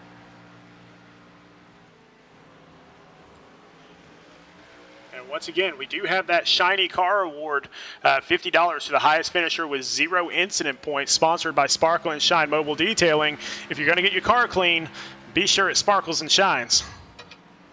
Absolutely. Appreciate those guys coming on. And just how the first couple laps went in this race, you deserve that award if you come through with 0 incident points. So hats off to the driver that's able to do that and keeping it clean tonight as we see Jake Roel just continue to try to tick away these laps and chase down our leader. To give you an update on our hard charger, Sean, it's looking like Greg Welland's taking that right now, running 11th in that 94 machine, starting all the way back in 34th. We had 36 cars grid, and so he started in the next to last row, and he's moved all the way up to 11th. And I can tell you from the Thursday race when I started 35th, that's a lot of fun to pass all these cars, but it's a lot of stress too. Oh yeah, it is definitely a good time. I mean, I talk about this all the time where, yeah, I want to be in the lead, but if I'm not in the lead, then I want to be in a good battle because it's a lot of fun to pass those cars. Yeah, I bet he passed majority of them as he was laving as they were going through the grass. That strategy there, just being able to hang out in the back and kind of just drive around. I wanted to, but the driver and me did not allow me to do that, and then it ruined my race. So hats off to him picking off all these positions tonight. Well, Sean, we've seen Jake. He's caught up to our leaders here. He's right on Gowen's tail, and I have no doubt that he is going to pass these two cars, maybe within the bus stop entering the last chicane. And breaking news here from Jason Tripp letting us know that Gabriel Ellison has 0 incident points right now, up in 5th position. So if he continues to go clean the rest of the race, then he will win $50 on that Shiny Car Award. Nice. Congrats to him, man. Great looking paint scheme. Able to keep it clean tonight. He's still got a long way to go, though. This race is nowhere near over. 19 laps to go. So hopefully he can keep it clean. He's got a hungry Scott Healy behind him as well. We've seen him make a few mistakes, but we've also seen him run up front tonight, so we know he's fast. So we're going to just look to see Gabriel keep his car clean and hopefully come home with that $50. He's had a really fast car himself, running his best lap at a 1:55.8, so that's nothing to slouch about. But here we see Jake taking over second place from Gowen. He's going to look to get Holzer here in a couple turns. Yeah, and Holzer on that same pit strategy as Nick Gowen, and so so both of these cars are going to have a shot at this thing after we get into these next pit stops. Absolutely, and if I'm going here, he just passed me now. That means I'm coming down pit road. Basically, as soon as I get in that window, I need to pit to try to get that advantage of the fresh tires. You got 3 laps to go. So, yeah, just try to stay here, keep them in your windshield, and get the pit strategy, and you can still pay it off here. Yeah, now Jake just really, really needs to stretch this lead as much as he possibly can, because the next time that Nick Gowen comes into pits, that is going to be his last pit stop, while Jake still has at least one more as well. I think Jake is going to be forced. Oh, we see Gabriel into the wall there. That's going to cost him that clean race award. Oh, that was a different orange and white car, I guess. Different car. Calm down. Different orange and white car. I was going to say the broadcast jinx of all broadcast jinx right there. That was the case. I acted like I knew what I was talking about for a second. Wouldn't be the first time we've messed something up like that. Jake Rowell with a 3-second lead now, 2.5 second lead over James Holzer, and then another 1.5 behind is Nick Goen. So we still have a good long way here until we get into these pit stops. Yeah, just he has nothing but open track ahead of him, which is so key for our leader here. Able really just to focus on him and hitting his lines, knowing that he has no pressure behind him, and really nobody in front of him to slow him down. Like we saw our leader get slowed down earlier and allowed Rowell to catch him. So he's got to take advantage of this open track while he has it. Yeah, we're looking at about 3 more laps until these leaders get into their window to make it to the end. And I'm definitely expecting to see Jake take 2 tires or maybe just a splash and go whenever he comes down, because I don't think he can afford to take a full 4-tire stop. It's not worth it with 4 laps left. Yeah, knowing that you're going to have to make that time up and complete the pass, it won't be as easy as he made it just a few laps ago. So as you see him slide there, coming out the corner, really putting pressure on this car and just really driving it pretty hard here. And once again, it's just what you guys were talking about a little bit earlier, that beautiful race award going to $25 to the driver that gains the most positions. That is sponsored by Beauty Control by Michelle. And so if you're an iRacer or just a guy that's in the doghouse, definitely get your wife something excellent. They have this great stuff online it's clean makeup and clean facial stuff, that sort of fun stuff. But stuff that I don't use because I'm just as ugly as it comes. But they actually do have stuff for guys on there as well. So definitely take a look at that beauty counter by Michelle, and that link is in the Facebook chat a little bit earlier this evening. So take a look at that stuff. I know there's a sale going on right now as well. Absolutely. As we see Jake Rowell continue to come to the bus stop and really just putting down solid laps. I've been watching these last couple laps and really not push it too crazy, just kind of running this line and able just to really expand this lead out as he's getting into some lap traffic coming up. Yeah, he is running some really fast lap times. He's 4 laps into this this pit run that he is on, and he ran a 154 or 155.4 last time, and that's about as fast as you can go on that old of a tire. Yeah, and Jake has really just been on a tear, and that's one thing that I love seeing about Jake Rowell is when he gets on, he is on for a long time. He is very, very consistent when he gets on. So just keeping those laps turning, keeping them churning like that, and you'll see him get better and better every single time around. Absolutely. And sometimes for guys like, Jake, who's been really kind of pushing all night, you only have one gear. You only have one way to go. And a lot of times when people start to slow down and be defensive driving, that's when they make their mistakes. So he's got to continue to be aggressive, but also be cautious and really just hit his marks. Somebody that's had quietly a very consistent race here, number 33, Aaron Davidson. So he started off in 8th, currently in 8th, and so he's just really held his position for R2D2 Motorsports. Yeah, part of that 2-car team having a great run. It's going to dive down pit road here and come down for his last pit stop. Yep, we're entering that window for our leaders to make it to the end, so I'm definitely expecting to see the 82 as well as the 42 of James Holzer to peel off, because they are just losing a lot of time. To compare times, Jake ran a 156.4 last time and Holzer at a 159.4, so they're losing 3 seconds a lap. Yeah, and you just got to wonder if they're going to have enough laps to make this back up, especially with depending on what the pit strategy is for Jake Rowell. Maybe possibly change these guys' pit strategy up to maybe possibly take 2 tires. I know you spoke on Jake taking 2 in a splash. Maybe these guys decide to say, hey, we can cut a couple more seconds off our pit stop and get out a little bit sooner. We saw in a previous race where somebody took no tires, and that was just that wasn't the best move for them. So they spun coming right off the pit road and ended their night. But maybe 2 tires, we haven't seen that strategy really play out towards the end of the race like this. Jake Rowell, our leader, just got into the wall entering the NASCAR chicane and had to really check up for some lap cars in front of him. He locked the car up completely. He could have lost it right there. And that's all it takes, man, is just to get the 2 lap cars in front of you that really don't see you. And you're coming so fast, and you just got to lock those brakes up, and it's so easy to turn the car. So I'm glad to see he kept it going straight there. Yeah, absolutely. but Another thing is just also Yeah, absolutely. You got to worry about him just rebounding and getting that momentum back and getting back in the groove. Something like that this late in the race, knowing that you have the lead you have, that could definitely shake the mental, the psyche of the driver. So it'd be interesting to see if he's able to regroup from that and really just continue to stay in this line and forget about the mistake. Oh, and Bobby Brill just kind of gets out of everybody's way there. Yeah, I want to say he was in a safe position, but that's not necessarily safe. There's nowhere safe on this track. He pulled off there on the turn. And we're going to go back and check in really quick on Alan Dobbs. So up in 4th position, started off in 7th. He got spun a little bit earlier, and so he is right back on the hunt once again. So still 26 seconds behind the leaders, but 4th place in a race like this, nothing wrong with that. Absolutely. Yeah. Alan Dobbs, put the time in this week, and it's paying off here for him, riding 4th and really been up in the top 5 all night. So really, really good to him to rebound from that mistake he made earlier, get on pit road.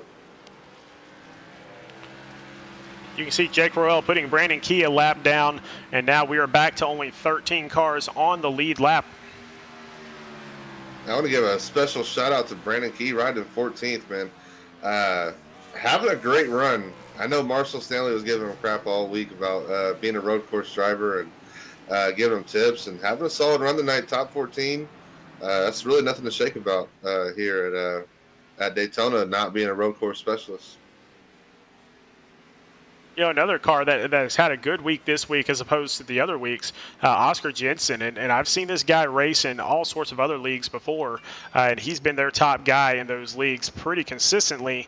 And so he's had some struggles here in the first few weeks, but it looks like he's starting to kind of get it together. He is up in 15th, but top half of the field, and that's better than all of his teammates right now. Yeah, and absolutely. This is one of those tracks that, a couple of these guys have had a couple of off weeks, to start the season. So maybe get some traction here tonight and get a top 20, top 15 finish and really get the ball rolling on the season and get some good string of runs together. So Oscar Jensen putting it together and really just keeping on the track tonight. We really haven't said his name much tonight, but overall, if he keeps on track these last 14 laps, he's going to have a good finish. And right behind him, you got Shane Good for Royal Smith Racing. And early in the race, when Dean Brummett had to go into the pits and kind of log out of this race because of that first lap incident, it became Shane Good's position here to get as many points as he possibly can for Royal Smith Racing. And here he is sitting up in 16th with his teammates in 1st, 6th, and 7th. And so Royal Smith Racing is going to come out of this with a ton of points. Absolutely, and you got to feel good knowing that your teammates are performing the way you are, and at the end of the day, that you're having a good run as well. So I expect him to be out there celebrating with his teammates at the end of this race if he's able to keep his car running these last 14 laps. I fully expect to see the 42 and the 82 pull down pit road, as well as the 22 of Alan Dobbs. These guys on an alternate pit strategy are definitely running it towards the end of their fuel run by now, and they've lost so much time on the leader, they got to go down and get some fresh tires. Yeah, I think this is going to be the lap because only 14 laps to go. This would be the perfect time for them to do this. And we'll see if he comes down this time. Nope, he is going to stay out. Oscar Jensen decided to dive down, though. Nick Gowen, here we go. And so this is Nick Gowen's time. The last pit stop of the night for him, presumably. And Jake Royale still gaining that position. And, if Gowen can get back out there and stay within about 35 seconds, this might be trouble for Jake Royale. Absolutely. And he's got to get on and off pit road clean and hopefully get some clean track ahead of him, able to use those tires and put them to advantage. We saw him get caught behind some lap traffic earlier and really allowed Jake Royale to pull up to him quicker than he expected. So it's going to be key for him to get out cleanly and make some clean laps here while he's got the fresh tires. And we're going to take a look and see how it looks as he comes out of pit road. But right now, I'm showing that he's going to be about 44 seconds behind. So that might be too big of a gap. We'll see. He's going to close that gap pretty quickly, though, because Jake's running 158 flats, and I expect Gowen to just go out and push it to the max here and be running in the 155s, picking up a good significant time. Yeah, the key would definitely be whenever Jake Royale decides to pit here, what that gap is. We got the intel earlier that it's about 35-second difference getting on and off pit road. So Gowen's got to close that gap down about 7 seconds and hope for the best there. Well, James Holzer right now is the next guy up to pit here shortly, and he is within 12 seconds of Jake Roel. So again, yeah, Jake might be a little bit too far out now. I don't count anybody out of this race. We saw Mitch Rollo get into a lot of trouble. Oh, Jake's going to come down now. He's not going to let them gain much time on him at all here. Wow. Absolutely. You see the strategy change here. Jake Roel saw them come down pit road, decided, hey, it's time to come down as well. So not giving them a chance to close that gap. So now the question is, does Jake know how to drive this car on 13-lap-old tires or 12-lap-old tires as opposed to 9 and 10-lap-old tires? Because he hasn't experienced that yet here in this race. That is a good question. We're going to find out because this gap's going to close and he's going to have to fight these guys off. And Holzer pits right there behind him as well. Let's see where Nick Gowen comes out. Jake Roel taking 4 in full fuel that time to make it all the way to the end, so he should have good speed. Jake Roel already coming out of the pit road as well, so looks like he's going to get this gap, but he's going to have some lap traffic to deal with. A lot of lap traffic right there in front of him, but Nick Gowen still has a lot of lap traffic as well. There's a 10-second lead here for Jake Roel.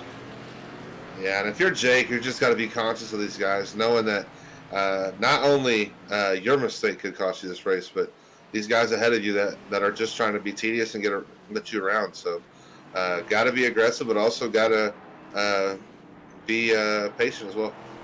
Yeah, one of the different things from iRacing and racing in real life is you can talk to all these drivers. So I'm sure Jake is heavy on the radio comms right now telling these guys, hey, I'm coming quick. I got fresh tires. I'm the leader. Please get out of the way.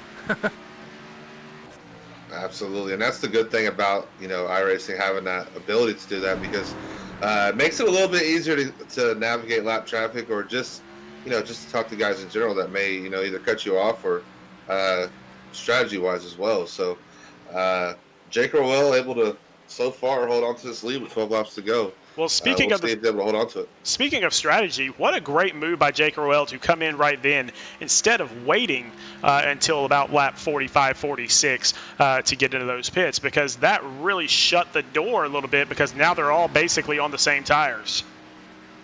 And absolutely, and that's the big difference here at this road course is knowing that you could gain 5-6 seconds in a lap easily if you're really pushing it. So not allowing Gowen to close that gap and say, hey, I'm going to come down and get fresh tires and now beat me. So great strategy call. Now it's a matter of, can he navigate this lap traffic as you see him get loose there, locking his tires up a little bit in turn one, but also racing this track and not letting him throw him off. Well, also, Sean, are you able to pull up the top two on our map so we can see the difference? I can, absolutely. In fact, one of the things that I wanted to show as well, and we'll do that here in just 1 second. Let me pull up these top two for you, so you can see exactly the difference that we're talking about. And that's 11 seconds, 12 seconds actually, on the track. So it doesn't seem like that much if you're looking at the track map, but it is absolutely a ton. But now take a look also at the track map and where Jake Roel is, and he's highlighted now in yellow. Once he passes the 94 car, he's got clear skies almost all the way around the track for the rest of the race.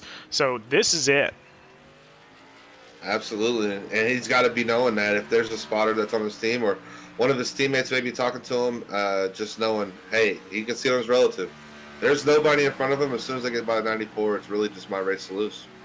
Just to show how much of a seasoned vet Jake Roel actually is to make that call himself so quickly. He probably had it in the back of his head the whole time. Whenever they go, I'm going next, to not give them that gap. And, if he would have stayed out, I'm telling you, we would see he would probably be behind 82-42 right now, but he would probably still be able to get around them. So if he can catch the 94 car, which is Greg Wellen, if he can catch him, then there will only be 10 cars on the lead lap. And to go back to that small gap, the 11-second gap, it's not that small of a gap, but that gap is small enough to where if Jake makes one mistake, he can't just whip that car around and still be in the lead, unfortunately, like we have seen with some of the leads this week. you know, if he does make one mistake, that will cost him this lead. So he's got to keep it clean right here. And I just heard from the race admin that, you know, we were talking about how Jake might be going over the radio and saying, hey, man, I'm coming up. Jake literally has not said a word this entire race, is what the race admin has said. Wow. Interesting. That's hats off to him. It just kind of shows his patience that he's been able to make, and really his knowledge of the track if he doesn't need to be on the radio. Out there in the chat, Daniel Butler saying, Sean, I told you it was over 30 minutes ago where you've been. I've been watching a race, Daniel. Yeah, I appreciate it. And Daniel Butler, one of our best racers down there in the Xfinity Series. Always appreciate him on these in these races and in these race chats. His expertise, and just a good dude too, man. Good friend. As Jake Rowell with 12.5 seconds on James Holzer. And really, everybody else, as far as position is concerned, is pretty well spread out on the track. Yeah, Jake's just got to continue to be patient. It's so difficult to know that basically, hey, you're in the lead, and basically as long as I make no mistakes, it's mine. But it's a lot easier said than done, especially here. So got to continue to hit his marks, and just know that lead's going to continue to grow. I'm not sure if you can look through his cockpit view right now, but I mean, that 94 is still pretty far out in front of him, so he could just be cruising right here in open space. You know, he can't even see him right now. You can see him on the straightaways, I'm sure, but, you know, he's smooth sailing right here. No need to push it. Yeah, no. And honestly, if you're Jake, the reason why you want to get by that guy is just to get the insurance that, hey, if he was to lose it, there's no chance that I can run into him. So, hopefully makes quick work of him, and we'll have that clear track ahead of him. Well, you know, we said it was clear track, and now some people are kind of filtering back a little bit too. So it might not be as clear as what we originally anticipated it to be, but that's kind of what happens when you have lap traffic out there. Some of them are a little bit slower than others. Yeah, as the lead is now going to 12 seconds for Jake Rowell, so just continue to stretch the lead, and you got to wonder, you know, they did their best strategy at it, and just unfortunately, Jake Rowell kind of outsmarted them there on the last pit stop. Also out there in the chat, Devin Zimmerman having some fun with his teammate Emerson Ardon back here in 24th position, saying, Emerson, make sure you hydrate, courtesy of Max Verstappen. Man, Emerson having a great run. Yeah, it might not seem like 55 laps is a long race, but man, when you're in that car, it's exhausting. It's stressful, and you know you got to hit your points every lap. So, you know, I hope he is staying a little hydrated, Devin. Now, Jacob Smith back here in 8th position, trying to track down Aaron Davidson, who's just about a second and a half ahead of him. But this is to get him into the money. And so this might be the best race on the track right now, just trying to get a little bit of cash back. Absolutely. If you're Jacob Smith, you know, you were one of the favorites coming into this race. And, you know, to come away knowing that you got some of your entry fee back. So definitely, you know, he's motivated there to get back up there and get that 7th position. And then his teammate Shane Good still back here in 16th position, 30 seconds behind 15th, and then 30 seconds back from him to Timothy Latham in 17th. So it looks like this might be the finishing position for him. And the reason that's important is he will be counted as one of the scorers for the team race because Dean Brummett was bounced out a little bit earlier. So this is a huge result for Rowell Smith Racing. Absolutely. 27 too. Yeah. Having a great run and able just to capitalize on those team points. And, again, if he's able to keep it on track and really not have any issues these last 8 laps, he's going to bring it home and get some team points for his team. Now Jake has finally caught up to Greg Wellen, and we'll see if he can get this pass so he can put him a lap down and hopefully have a little bit more clear skies. Oh, maybe not some clear skies. Austin Reedy off the track just in front of the leaders here. And here we go. You're able to see him get going. Hopefully not able to hold Jake Rowell as you see Greg Wellen back there coming out of the corner, just getting a little bit loose. These guys are pushing a little bit hard just to be, you know, not battling for position, but Jake Rowell's got to be patient and be smart here. Still a 13-second lead between first and second place, so plenty of time there. Greg Wellen just pulls over and lets Jake go by. Doesn't want anything to happen there. Yeah, 8 laps to go, and Jake's just really trying to count these laps down. They're so long, and there's 8 laps to go, but we're still 10 minutes out from finish this race. So, got to stay focused. It's been a long race, and definitely wouldn't want to make the mistake now. And now Jacob Smith did actually make the pass on Aaron Davidson. Aaron Davidson dove into the pits for his last pit stop. So now 3 of the top 7 all in cash positions for Royal Smith Racing. Yeah, and just having a great points night overall, man. You got to come in here and you knew you guys were somewhat the favorite coming in, and really just to be able to capitalize on those points, that's huge. Jake Rowell able to get past that 84 pretty clean, so he's got some clear track ahead. Yeah, James Holzer still 12 seconds behind the leaders. He's got some clear track there as well. But for Team SRN, this is a great finish for their new driver. Absolutely. He's had a great, consistent season so far. And really, many drivers came into this week hoping that it would be their drop week. So to come away knowing that it's your best finish of the year. So definitely can't shake a stick at that and come away with the top points. And hopefully, if Jake Rowell can keep this thing on track, he's going to come away with second. And going back up front to Jake Rowell, and again, clear skies in front of him until he gets to the number 57 of Emerson Ardon, who's about 10 to 15 seconds. I know, a little less than that, probably about 10 seconds ahead of Jake right now. Yeah, just got open track again, just racing against himself, and really just settling in and trying to get through these last 7 laps and be mistake-free. Really wouldn't even benefit him to catch the 57, just kind of ride where you are and keep this 94 between you and that second-place car. I'd be curious to see if Jacob Smith in 7th place can make it to the end. He only took a splash and go that last time, staying in the pits for 2 seconds. So he tried to make a little bit of a fuel strategy there, so we're going to see if that pays off for him here. Yeah, still with a little bit of damage from earlier in the race, but we will take a look and see if he can drive that car with old tires. Oh, and you can see, gets a little squirrely there. Yeah, he clipped the grass, and I'm telling you, man, that will just make your car all sorts of chaotic. So glad he was able to hold on to it there and get through that fast left-hander as he hits the brakes really hard here and gets all the way down to first. Yeah, you got to wonder just how bad that car is going to be once he gets to the end of this race and on those older tires. So we'll be interested to see if he holds on to that position. You can see this race starting to heat up a little bit. Nick Goen and James Holzer. Nick Goen trying to track him down. Yeah, had a great chicane there. Got through there pretty smoothly, man. So that's easily not many people are a fan of that chicane. So to get through it cleanly is pretty impressive over and over.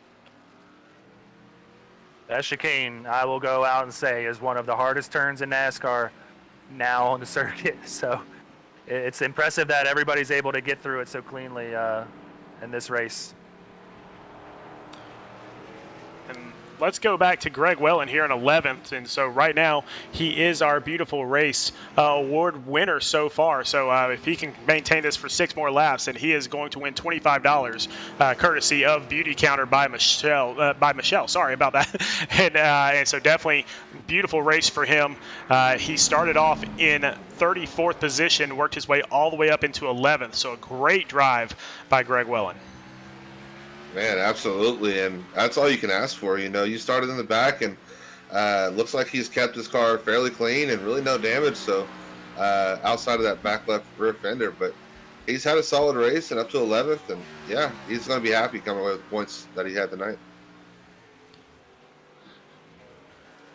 And let's check in one more time here on Alan Dobbs. So Alan, again, in 4th place. Good job here by Alan for Rev Racing, and he did get spun a little earlier, and maybe that would have gotten him up into 3rd place possibly, but not sure he had the horses to get all the way up to 1st. Yeah, unfortunately got caught up in that incident of the chicane earlier, but all in all, being able to rebound from that and come back in 4th and possibly bring home his top 5 is more than impressive. And he came into this race 1 point out of that cut line. He's going to be above it if he can finish here. So, again, one of those drivers that we said that may have struggled the first couple of weeks and maybe get it turned around here today. And Alan Dobbs has definitely proven to be one of those guys.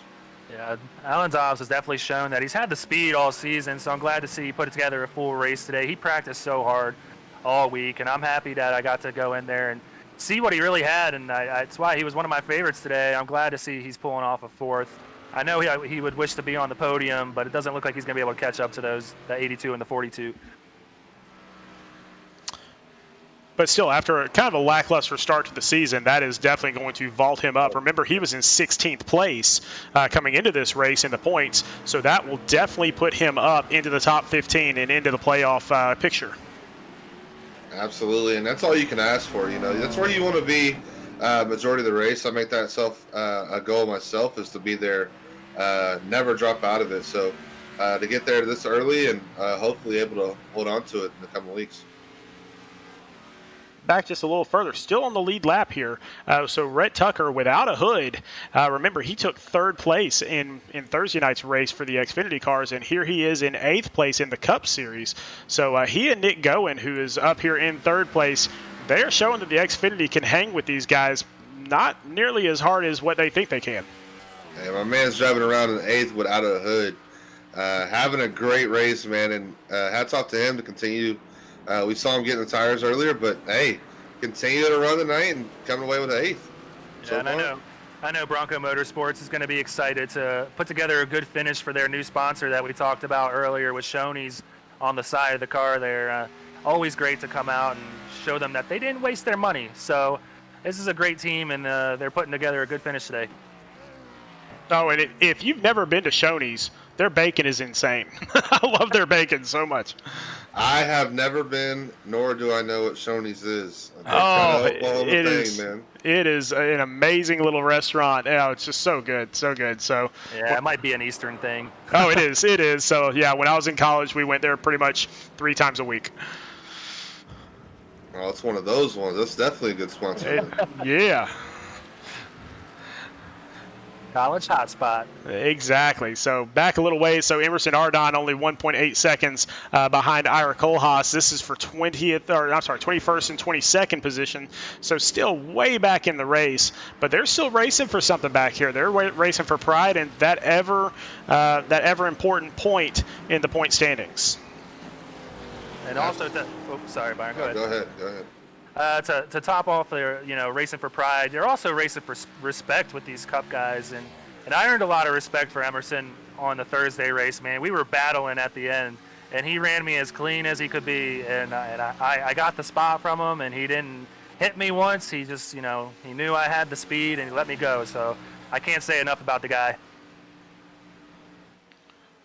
And again, that just kind of leads into our All-Star race because, and he goes through the center of the infield there, so he's going to have to slow down just a little bit there. But our All-Star race, these guys are also going out there trying to get their names selected in that All-Star race. And so they've got to have a good showing for that draft day on May the 1st. And I have it on good authority that the competition between the captains, which I am one of them, that's the good authority, it is heating up a little bit. There is some trash talking going on. There is some serious stuff happening over there. I guarantee you there will be a bet of some sort at some point. Oh, I absolutely fully expect that, and it's going to be interesting to see who these guys pick. We've talked about it at length about the strategy that's going to go into it, so I'm not going to ask you to play your hand, but I know you're definitely taking mental notes of these races that you've been broadcasting, and hopefully sharpening up on your driving skills as well. Oh yeah, the fun part for me is I only have to race at practice on one racetrack where 2 of the other guys race every single week, and so they have to practice on the tracks that they're right in front of our leader. We got to spin. Oh man. Again, nowhere safe out here. I'm sure he's going to need a clothing check as that car went spinning right in front of our leader, Jake Roel. Yeah, not too much before that, entering the NASCAR chicane, had a scary moment when we were following Emerson Adson there. He had to go through the chicane as, Jake went through it normally, so it was a little hard for him on exit with the car sitting there. Yeah, I mean, whew. Scary lap for Jake here. with 3 laps to go, that is not what you want to see right there in front of you. So, but yeah, going back to what we were saying, the other 2 guys, they race they race in in one league each week at least, and so they have to practice on those tracks. I get the benefit of just practicing at Indianapolis in the ARCA cars between now and May the 1st. So I think I've got a pretty good advantage there. I think I'm going to win this thing. So I was going to ask you, but you went ahead and just flat out said it. You're going to win it.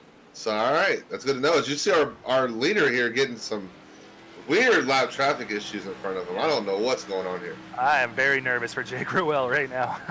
Yeah, but it looks like he made it through, and the only car in front of him now is the number 5 car, which is Timothy Latham, which, if you remember last week, there was a little bit of an issue there, but they've raced side by side in this race already today, and they've been pretty good about it. So I don't see anything happening here. Absolutely. I fully expect Latham, really just based on power, just to move out of the way here for Jake Ruel, as he's going to come to the 2 to go. So just 2 more times around this track. I know he's counting down the time, and really just focus out of that windshield and hitting his marks. Out there in the chat right now, Andrew Harris saying that Sean is an amazing broadcaster. That being said, don't forget about me for that draft in the Truck Series. And so, I mean, I do accept gifts, bribes, and cold hard cash. Yes, the PayPal would be McDonald at... Whoa. I will be siphoning all those funds, make sure it's all real. So once Jake gets past this Timothy Latham machine, the next cars ahead of him are on the exit of turn 2 on the NASCAR track. So he has smooth sailing for the rest of this race once he gets past this number 5 machine. Yeah, and again, I don't see Timothy trying to hold him up too much here. Really no reason for it, especially as we get out onto the big track. Pretty sure that Timothy's just kind of move over for him, as Jake is just having a fantastic race. And again, I mean, he has lost some time, so he's only 8 seconds ahead of James Holzer, but 8 seconds is more than enough here with only a lap and a half to go. Absolutely, and really just this whole race, just really being consistent, and at the end of the day, he's kind of just proved that he's the best road racer tonight. So these guys put on a great show, man, and overall, just strategy paid off for Jake Ruel tonight. I mean, keep in mind that Jake keeps saying that he's not even the best road racer on his team. He's giving that title to Jacob Smith, but here he is out here winning races and doing a great job of it. So, here we go. Boy. Oh, boy. Oh, boy. That is something that the admins are definitely going to be looking at. That's not good. You just don't need to be racing that hard when you're a lap down car, or even without a front end. So I'm sure he'll be hearing from some admins after the race, but I'm glad to see Jake able to keep it going there. But to speak on Jacob Smith's behalf, he's running with a 28-21 iRating. So yeah, he's a little bit better than Jake's 1660 iRating. So that's probably why he says that. But Jake is he's making a liar out of himself today. Yep, class of the field up here up front on the white flag lap. So he's just got to make it around about 12 more turns, and he will be home free with the win and with a big jump in the point standings. Absolutely, and really just coming away with not only that individually, but we spoke on Jacob Smith actually having a good race as well. So his teammates, man, put it together, and really just Ruel Smith Racing just flexing their muscles and really showing that, hey, we're going to turn this thing around tonight, and it starts tonight. So hats off to those guys. And Jake Ruel, again, getting around back out onto the big track, so he just has to make it through the bus stop and the chicane, and he will go the rest of the way. He's got a 7-second lead on James Holzer, so this is all about Jake Ruel tonight. Yep, there is not another car in front of him until the NASCAR chicane on the front stretch, so he's going to get through this bus stop cleanly, and he's going to be smooth sailing all the way home. Absolutely. Great drive for him tonight as he gets through the bus stop and coming around to the Daytona Oval side of it. See Nick Owen get through there as well in third place. Yeah, I thought there might be a race there for second place, but it looks like Holzer's got a car between him and Nick Owen, so it looks like Emerson Ardon is between them. So here we go. Jake Ruel coming around that final chicane, and he will come across the finish line, and he will win the Road to Daytona 200 very convincingly. Absolutely. Great drive, man. Really, outside of the hiccup there on pit road, just really a flawless race, and really didn't hurt him. So able to recap and or regroup and really just dominate this race. Yeah, he lapped everybody but 10 cars. Or so 10 cars on the lead lap, and that's it.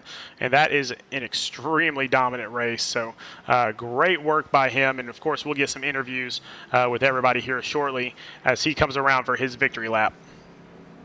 Yep, and officially that hard charger award is going to go to Greg Wellen in the 94 machine. He's jumped up 23 positions to have a great finish just outside the top 10 and 11th. So good job to him today. Man, that's impressive. Always fun to win money even when you're not in the money. And we'll have to check with our race admins to see if there was anything. Looks like Ellison, actually, Gabriel Ellison had 0X on the entire night, so 0 incident points. So Gabriel Ellison looks like he will win the Shiny Car Award by Sparkle and Shine Mobile Detailing. Absolutely, hats off to him, man. And to be able to come away with a 0X on this track, 55 laps, man, that's impressive, man. Well deserved. And a top 5, so he had a great day overall. So he's getting money all around. I think he owes everybody on the broadcast team lunch. Let's just throw that out there and see if it sticks. That's part of the agreement. And Jake Rowell, he doesn't even have to go through these chicanes and these bus stops anymore, but he's still doing it anyway. I think he just wants to be sure that he won the race. Yeah, really surprised he's not burning it down. He just enjoys the track, I guess. He wants to spend a little bit more time out there. He's running a 24-hour race today. And so let's see if he blows this last chicane. Nope, he's going to take it. Always funny. He does not want to risk it. No, he wants us to wait on that burnout. And wait we will. As he gets it slowed down, and he will have a nice little burnout. And then we will bring up our winners and our leaders here. Or maybe he's out of fuel. That could happen too. We've seen that actually this week already. So yeah, actually, it definitely looks like he's out. Actually, he is waiting on his teammates. That's what's going on. Scott Healy, Jacob Smith coming around. They're going to have a team burnout. That is a Rowell Smith Racing classic. As they should, man. The first place, a 6th place, and a 7th place finish. You can't ask for much more than that. That's going to be a great point stay for them. Yeah, great race for all of them as they are burning it down. You can't even see the cars out there on the track. There's no other experience like it, man. And I'm hoping I get to feel that one day, but I'm glad to see that Jake got to pull it off, given all the extracurricular activities within the last 3 laps of that race. Yeah, he definitely had some scary moments there, and we'll talk to him about all that here very shortly. But let's jump. Oh, and you can see the number 24. That's Scott Healy jumping in on that. I'm sorry, that's Shane Good. I apologize. So that's Shane Good.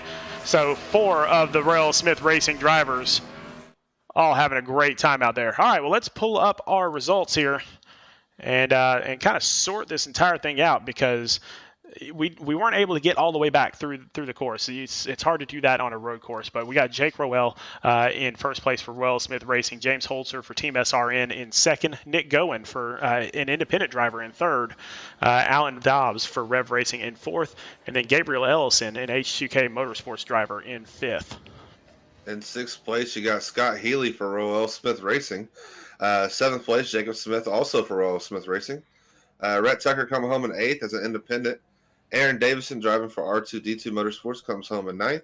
And Damian Leininger driving for Rev Racing comes home in 10th. And Greg Wellen in 11th for H2K Motorsports. Scott Kalal for Team SRN in 12th. Then you got Brandon Key for Rev Racing in 13th. Chad Wampler for Team SRN in 14th. And then Oscar Jensen, the best finisher for Filthy 5 Motorsports, in 15th. Shane Good coming home in 16th for Rowell Smith Racing. Timothy Latham coming home in 17th. He was on that first wreck, and as you see, he only finished 2 laps down and finished 17th. So really taking advantage of maximizing those points and didn't lose too many points there for Latham. Chris Massey coming home in 18th for Bronco Motorsports. Tristan Bailey also in Bronco Motorsports coming home in 19th. And Travis Rutherford coming home in 20th. And R&D Motorsports. Sorry. All right, well, let's see if we can't get a couple of these guys up here to talk to them a little bit. Let's start off with our third place finisher, and he drove as an independent, even though he is a part of Bronco Motorsports. But Nick Goen, hey Nick, this is Sean, Byron, and Greg up in the booth. How's it going, buddy? Hey guys, I'm doing all right. How are you guys? Man, doing good. So you decided to come up from the Xfinity Series, and you end up in third place in this race. Man, how did you come to the decision of coming up here to the Cup Series to do this race, and how did it feel out there knowing you can compete with these guys? Well, during the after the Xfinity race, I mean, they came out with an update and they changed the dynamics of the Cup cars, and which was going to be similar to the Xfinity cars, just a little bit more power. But so given that and the result I had in the Xfinity race, I just thought, why not give it a try? So that's how I got out there. But the car itself, I mean, especially after a couple of laps running on the tires, it was really hard to keep the rear of the car underneath me. As you saw, like when I was trying to chase James down, I got my nose under him a couple times, but the second I hit the throttle, it just wanted to come out from underneath me. Yeah, you really played that strategy game, doing the 3-stop strategy. Did you think at one point that, hey, we might actually pull this thing off and outpit Jake? Not so, but man, he's got a lot of speed. He's hard to keep up with. I mean, he had enough speed to make that extra stop work for him. But there was a moment in time where, like, when a couple teammates were saying like he had to pit another time, and I was like, maybe that's a chance. I mean, we were able to both James and I were both able to close that gap significantly. Excuse me, but it just wasn't enough.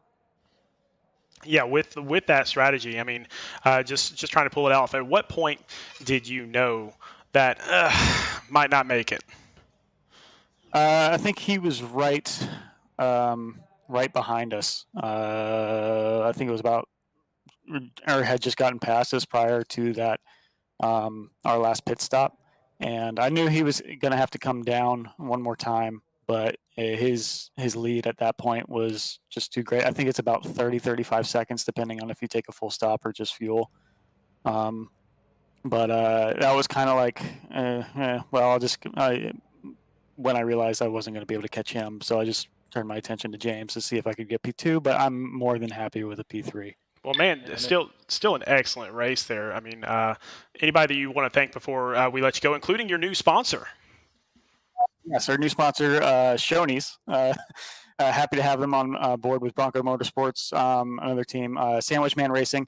If you ever need some diecast, definitely go check out Sandwich Man Racing. They have an excellent collection of diecast and other memorabilia. We're happy to have Shoney's on board. I'm glad to have put on a good showing for them for their first race to be on with Bronco.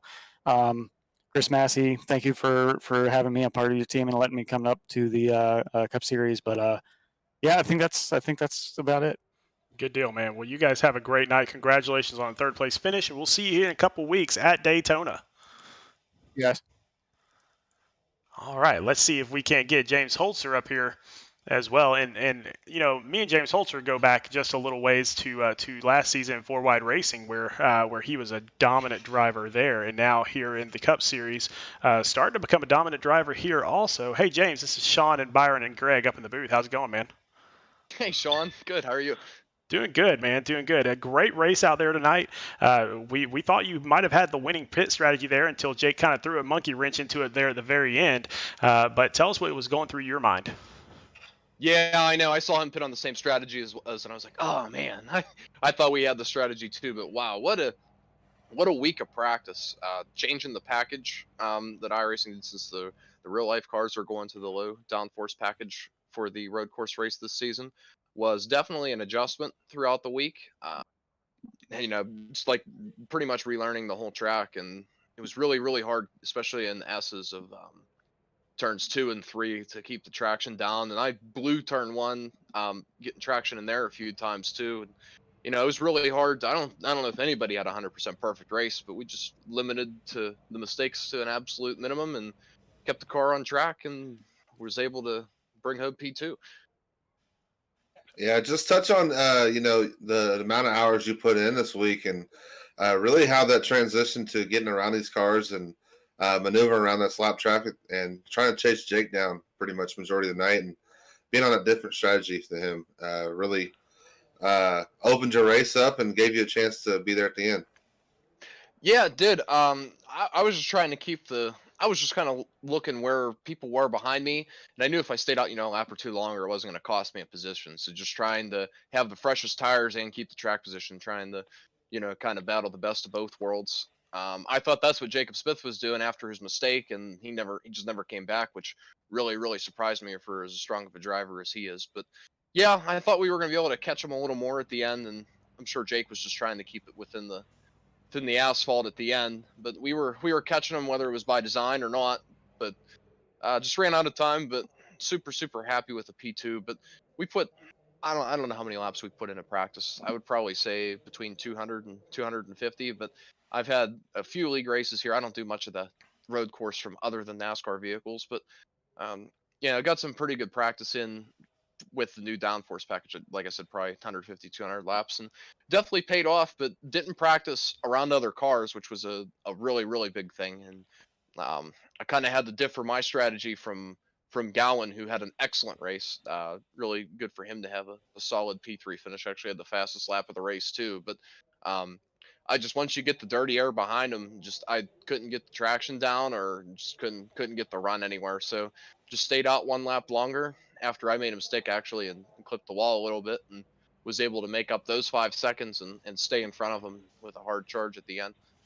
Well, Team SRN was third place in points coming into this thing, and then you have 3 drivers in the top 15.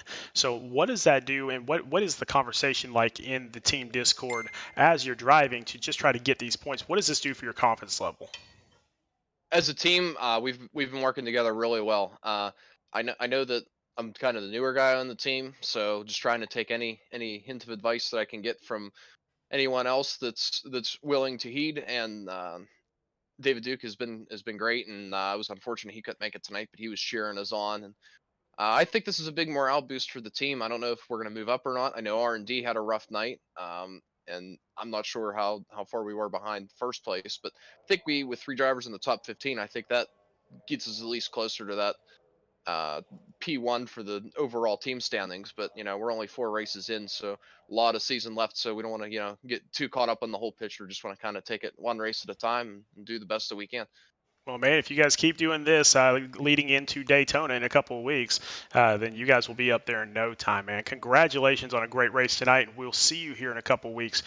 Do you have anybody that you'd like to thank before we let you go? Yeah, sounds good. Thank you so much. Yeah, I got a couple people to thank here. Obviously, want to thank the team. Thank you guys for broadcasting. Want to thank Extreme Sim Racing. I also want to thank Dirty Racing Podcast, and also want to thank Wampler for making a fantastic scheme for me tonight. Sporting the new look and the scheme you'll be seeing here week in and week out here over on the Speed Racing Network. So I'm going to try to keep this top 5 string rolling, because we missed the first race, but we've been top 5 every other race. So finished 4th, 3rd, and 2nd. So let's try to keep the algorithm going and get first next week. All right, buddy. Well, we'll see you then. Have a great night. Sounds good. Thanks, Sean. All right, and let's see if we can catch up to Jake Rowell, because heaven knows he's got enough of a lead on us and everybody else out there on the track. So, hey, Jake, Sean, Byron, and Greg up in the booth. How's it going, buddy? It's going freaking fantastic, boys. Got it done. Got it done. Yeah. First question I got to ask you here, and a couple of people have asked me to ask this of you. So Daniel Baldler as well as Jason Tripp want to know about your fuel calculators. And hey, did it work better this week? Because I know somebody ran out of gas last week or this past race with Daniel Baldler. So how was the fuel calculator going for you? Fuel was perfectly fine. Bowdler, unfortunately, we had some age calculators, so RSR went out to Costco, got a shameless plug them, and got some new calculators for this race, and obviously didn't run out of fuel like the 6 truck did. So we were all good today with that. Yeah, man, absolute domination, man. Really just from the beginning. Talk your strategy, just staying on your strategy, knowing that those guys were on different ones. And also the call to dive down pit road, the second they pretty much dove down to cut down that gap, the time they make up on you. Definitely. So going into it, you know, our whole team had the mindset we were going to make it a 4-stop race, pitting every 11, 12 laps. Just because the fall off was just so much. If you try to make it a 3-stop, that's something we put hours and hours in this week practicing. Obviously, our results as a team show that. But then I thought it was going to be really, really good. And then Mitch Rolo stuffed it in the wall. Just want to, wish that never happened to him. He was having a heck of a drive. I mean, he was keeping it really, really close with me the whole race until that happened. But to the point, I got to shout out Jacob Smith. He made me start watching F1, and I pulled the classic F1 move of just covering up their strategy. Once we got back in front of them after we pitted for a third time, it was over at that point. We had the speed, and they weren't going to be able to catch up to us once they pit for their final time. And, we were up by 12 seconds when we came back out. Well, you got to tell me about that lap 3 when you were coming into so much lap traffic and about all this chaos in front of you. Tell me what was going through your head, man, because we were sweating bullets up here. Yeah. If you guys were sweating bullets, you know how much I was sweating then. Lap traffic was, I'm going to bite my tongue here, but, just an issue, but it's something to expect on a road course and, cup cars or any form of NASCAR cars on a road course. So, but that's why, you saw the lead shrink there towards the end. It just wasn't worth it. There was one time when it happened right in front of us, and I just had to go to the left to avoid it. And we just went on our way, and we, obviously held the lead totally fine. Jake, so your team, Royal Smith Racing, started off this week in 5th position. Now, you had 3 drivers in the top 7, 4 drivers in the top 16. Is this the race that you guys needed to really pull yourselves out of that 5th position and really work your way forward? Absolutely. It's been the last 2 weeks. Let's not beat around the bush here. We've really turned the wick, and it's the same thing that happened last year. Once this train started rolling, it never stopped, never looked back, and that's what you're going to see week in and week out from us. We put in the time, the effort, the results are finally starting to show for us. Obviously, anything can happen, in racing. So, but we go into Daytona. Obviously, Dean and myself and one of our other friends ran a 6-hour race last night, ended up P2 in that. So we feel confident for that and everything else on the schedule. So it's going to be a great season. All right, buddy. Well, hey, anybody you want to thank before we let you go here tonight? Yeah, I just want to shout out the whole team at RSR. Obviously, Shane, Scott Healy, Jacob Smith. Really want to give props to Dean Brommett. He possibly could have COVID again for a second time. So he was really struggling today and yesterday with practice and everything like that. So this one goes out to him. His time's going to come. He's obviously quick, and obviously we got other people that help us out in RSR to get faster and everything like that, and just help us out. So collectively as a team, it's awesome to finally get the monkey off the back and get our first win. We're definitely hungry for more as a whole team collectively. Well, man, great work tonight. We will definitely see you in a couple weeks at Daytona, the big race. So be on the lookout for that for the Flavor Bomb 200 here on Speed Racing Network.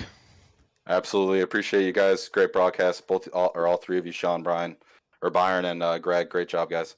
All right, buddy. Have a great night tonight. Thank you. All right, guys. Well, so we do have a week off for the Super Bowl, but when we get back, then we're really going to get into it because we are headed right back here to Daytona for the big track. This is always a fun one to watch.